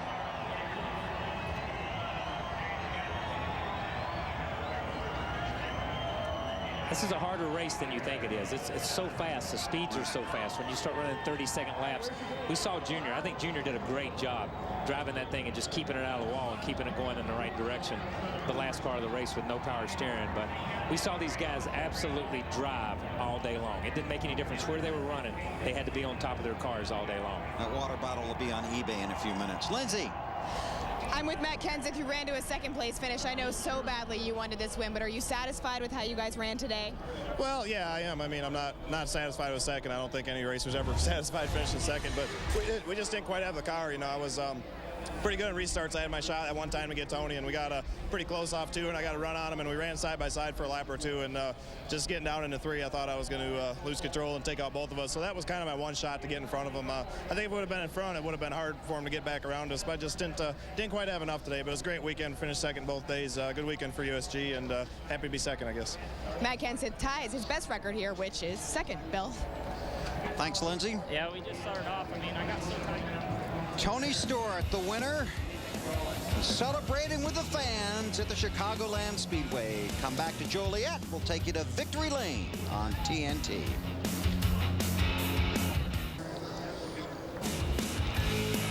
Welcome to the Nextel Cup post-race show from the Chicagoland Speedway in Joliet, Illinois, where Tony Stewart is the winner. He's in victory lane, and Matt Yoakum is down there with him. Well, 4 times his career, Bill. Tony Stewart had won before the summer. This year, he waited until July, scoring his 2nd win here in Chicago. Is dredged by Jason Shapiro. How important, Smoke, the performance of these guys up here on the wall today? Oh, man, all these Home Depot guys were the ones that won us the race. They got us the track position we needed, and especially with late cautions like that, you know, being out front, being in clean air was everything. So every one of these guys with this Home Depot Monte Carlo SS were the ones that got us in victory lane today for sure. Especially after all you've gone through, all this team has gone through, not winning since last fall at Texas. This one has to be special for a lot of reasons, especially trying to build some momentum going to Indy. Yeah, and we had a pretty good feeling we were going to have a good weekend. A good buddy of ours, Michael Guglielmucci, had a birthday today, so we always do good on birthdays for some reason. So I'm glad this is over. I'm going on vacation, damn it. Hey, how big the motivational talk by the coach? It's good. I mean, you know, it was a bigger drama with the media than it was with the teams in all reality. We got a strong group of guys, both with the Home Depot team, the FedEx team, and the Interstate Batteries team. And, you know, the good thing about Joe is Joe knows how to organize people and how to keep people motivated and keep them working together. And I think Denny and I worked better today than we've ever worked. And we were even giving each other signals on where we thought we both needed to be on the racetrack. So, you know, it's stuff like that that just is going to make this team just keep getting stronger and stronger each week. We've seen you climb the fence many times, but it seemed like you had a little extended stay up there. It's a long day here. Get your fat butt up that fence once there, big boy. You try it. If you can do it as good as I can, then you can. Oh, absolutely. I can out-fence climb you. Don't worry about that. Congratulations, Tony Stewart. We'll do it after the caution here, or the commercial. Let's go to Lindsay. Carl Edwards, you said that this was a track that you weren't spectacular on before, but once again, you guys proved yourselves. How happy are you with this finish? Yeah, it's just awesome. I can't thank everybody off Office Depot enough. You know, that Sharp Aquos car was awesome yesterday. This Office Depot Fusion was great today. It's kind of cool. It's the first time I've ever really seen Tony climb the fence. It's a little nerve-wracking to watch him go up that thing. You do backflips, Carl. I know, but he's scaring me there. But no, my hat's off to Tony and those guys. They've been working really hard. It's cool to see them get a win. But we were coming, you know, and I had a great race with Matt. That was a lot of fun. Just got to say, we're thinking of Lisa and Ben Kennedy and everybody that suffered losses this week. And just really had a fun time out here today. And you guys overcame a rough pit stop again. Tell me about that and how this feels to do as well as you did after that. Yeah, my guys are awesome. They're the greatest guys. They can have great pit stops, but for some reason we just keep having bad ones. We keep having mistakes. But you know, I've got a great group of guys. I feel like they're going to work really well and get back on the right track. I know they are. I'm behind them 100%. They're always behind me no matter what I run into. So just very excited that we got to have such a great car today. If we can keep running like this, it's going to be an awesome season. Kevin, you ran very well all day today, but on the radio, it sounded like the car was worthless. How bad was it? I mean, we struggled with it, and then about halfway through the race, the track just kind of swapped tendencies on us there, and we wound up being too tight, and in the beginning of the race we were too loose. But we kept at it. Our whole Shell Pennzoil Chevrolet team did a great job, and so we needed a good solid day. How tough of a physical or mental challenge is it when the car is like that? Well, I mean, mentally it's a little bit challenging just for the fact that, you know, you want to go better, and you know, even when we were leading that one section of the race, I mean, we didn't have the car like we needed to, and we were just struggling a little bit. So kept at it and wound up fourth. What does this say about your team, though, when you can come to a day like this and a lot of teams will just fold up? You guys soldiered on and you end up with a good finish. Yeah, I mean, you know, these guys, we've all been together for a long time, mature bunch of guys that we've been together with. So, I mean, it's something that, you know, it says a lot about our whole year. We've struggled to get the finishes that we've had, and our performance has been really good. So just got to keep soldiering on. Now they're just hoping it says something about a championship year. Well, for Dale Earnhardt Jr., this was probably an exhausting day. Tell me about the power steering going out. Did you know immediately something was wrong? I knew something was wrong. I didn't know what it was. I never had the power steering go out on the car, so I didn't know what I was feeling. I thought maybe it was a flat tire or something like that, but then the steering felt locked up, you know. But I did the best I could, you know. We can't drive them like that, can't keep up with the field like that, but we were able to salvage what we could salvage. I had a good car to run in the top 10 all day, and I was real proud of my team. The pit stops were great. And, you know, Bud Chevrolet is just one part short there, 10. But you told the guys you were having fun. That couldn't have been much fun. I ain't never done it, you know. I was like, wow, this is kind of cool. Now I know what the deal is, you know. You hear stories, Daddy raced and won at Bristol like that, so shoot, man, unbelievable. Now I know what it feels like. That ranks up as probably my favorite win of his, but I wouldn't want to run the whole race like that. You going home to work out on Monday? No. Those muscles bigger? I'm gonna go I'm gonna sit on the porch, drink some cold beer. All right, Dale Earnhardt Jr. rallies that car home to 19th. All right, Marty, thanks a lot. And no, I guess you want that to happen once, and maybe that's it. And that's it. And you only want it to happen for a short period of time. At least it wasn't a whole race for him. It was only... You can see how tired he was. Yeah, I'm telling you what, man, that's hard to do. It's hard to drive a car like that. The last 6 weeks have been a lot of fun. We've seen some great stories unfold. Do want to take just a moment to thank our entire TNT crew, the people in the truck, the guys, men and women around the track, in the garage, down at the stage, down in the infield, up here in the booth. They make this 6 weeks so easy for us. They are truly the best in the business, and we thank them for because they work a lot harder than we ever do. I have to say, and just being my first 6 weeks ever doing this, these people that put on this show, TNT, for the fans at home to see this, they wouldn't believe the amount of heart and soul these cameramen and the people that drag the cables and the people that set up the TV compound and the amount of work you guys put into it up here in the booth and the amount of work down there.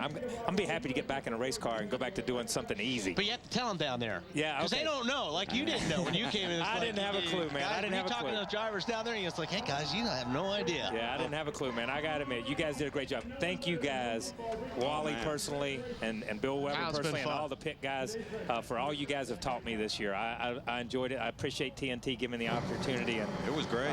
We'll try it again sometime. Did you have fun? I mean, did you really? I did have fun. I did have fun. It gives me a totally different perspective of what the sport is. You know, sometimes you get caught up in your little world thinking it's all about racing and what's going on down in there, and if you don't touch a car, you don't make the sport. Let me tell you something. It takes fans to make the sport. It takes the cars and the drivers, but it takes these people, you guys on this side of the racetrack, the people in the media. It takes everybody to make this sport click, and my hat's off to every one of you guys. Oh, good luck in number 800 at Indianapolis, and be safe and have fun on the charity ride. And what's the website? Chick-fil-A, CowPettyCharityRide.com. The longest I can't website type all that in the history of the world, but you can follow us on a virtual ride this year and find out everywhere we're going. And thank you, Mark Fine. I enjoyed working with you this year, and you and Larry both, man. Thank you, guys. And partner, I enjoyed it too. And we'll see you down the road. I know we got some more work ahead of us. Yeah, we're not finished. We're finished here on the Cup side, but we still got some racing to do. So looking forward to it. And I'll come to call you. Probably play "Born to Be Wild" in your headset right before you go out to Indy. At least I know you're gonna miss it. At least once a week, I'm gonna miss it. Once a week. Again, thanks to our crew, our production managers, and to producer Barry Landis and director Mike Wells. It's so much easier when you get to work with the best. Down to Mark and Larry. All right, thanks, guys. Echo your sentiments, of course, on the crew, and also hats off to those guys in the booth because we threw a lot at them. They had a lot thrown at them in these 6 races, a lot of different races. We had the rain in Pocono, of course, the wide open coverage that Bill and Kyle and Wally all did a great job with last week. So that's it for the Love Fest. Let's talk a little bit about the point standings now because Tony Stewart's going to take a little jump, and the Gibbs car's looking pretty good. Larry, what do you see the rest of the way? We got a few races left to the chase. Well, the clock is ticking. We have 7 races until Richmond, and if you look there, the DEI guys, both of them having troubles, and then the guy right behind them coming in here, Jamie McMurray in 13th had problems. The guys we better keep a watch on, the 2 Penske cars, they're 14th and 15th coming in here, both of them with top 10 finishes trying to get to the top 12. Yeah, the Gibbs cars, by the way, they've led the most car tomorrow laps. They've now gotten 2 wins during our 6 races here because Denny Hamlin won in New Hampshire, so they're kind of getting hot here second half. Well, and you know what? I think Tony Stewart said it. Joe Gibbs coming in here just to meet with those guys yesterday, I think it definitely made a difference. It may not be the reason that 20 car won the race, but it will make a difference in the long haul of things, working as teammates. Tony Stewart saying today they worked better than they ever had before. Bill, back up to you. Mark and Larry, it was a pleasure. Thanks so much. Watch the drama of the world's most prestigious championship in golf starting this Thursday at 6:30 a.m. right here on TNT. The Open Championship live from Carnoustie this Thursday on TNT. Coming up next in the East, get ready to run with Tom Cruise and Minority Report. And in the West, It's Mr. Cruz and Mission Impossible 2 next on TNT. Don't go anywhere if you want more race coverage. Log on to NASCAR.com for the Jack Daniels post-race show featuring our crew, more interviews and more race analysis. You can catch the webcast immediately following our coverage on TNT. Our thanks to all the terrific fans for our TNT Summer Series. It was a great ride. Hope you enjoyed it. Tony Stewart is the winner at Chicago. Come on!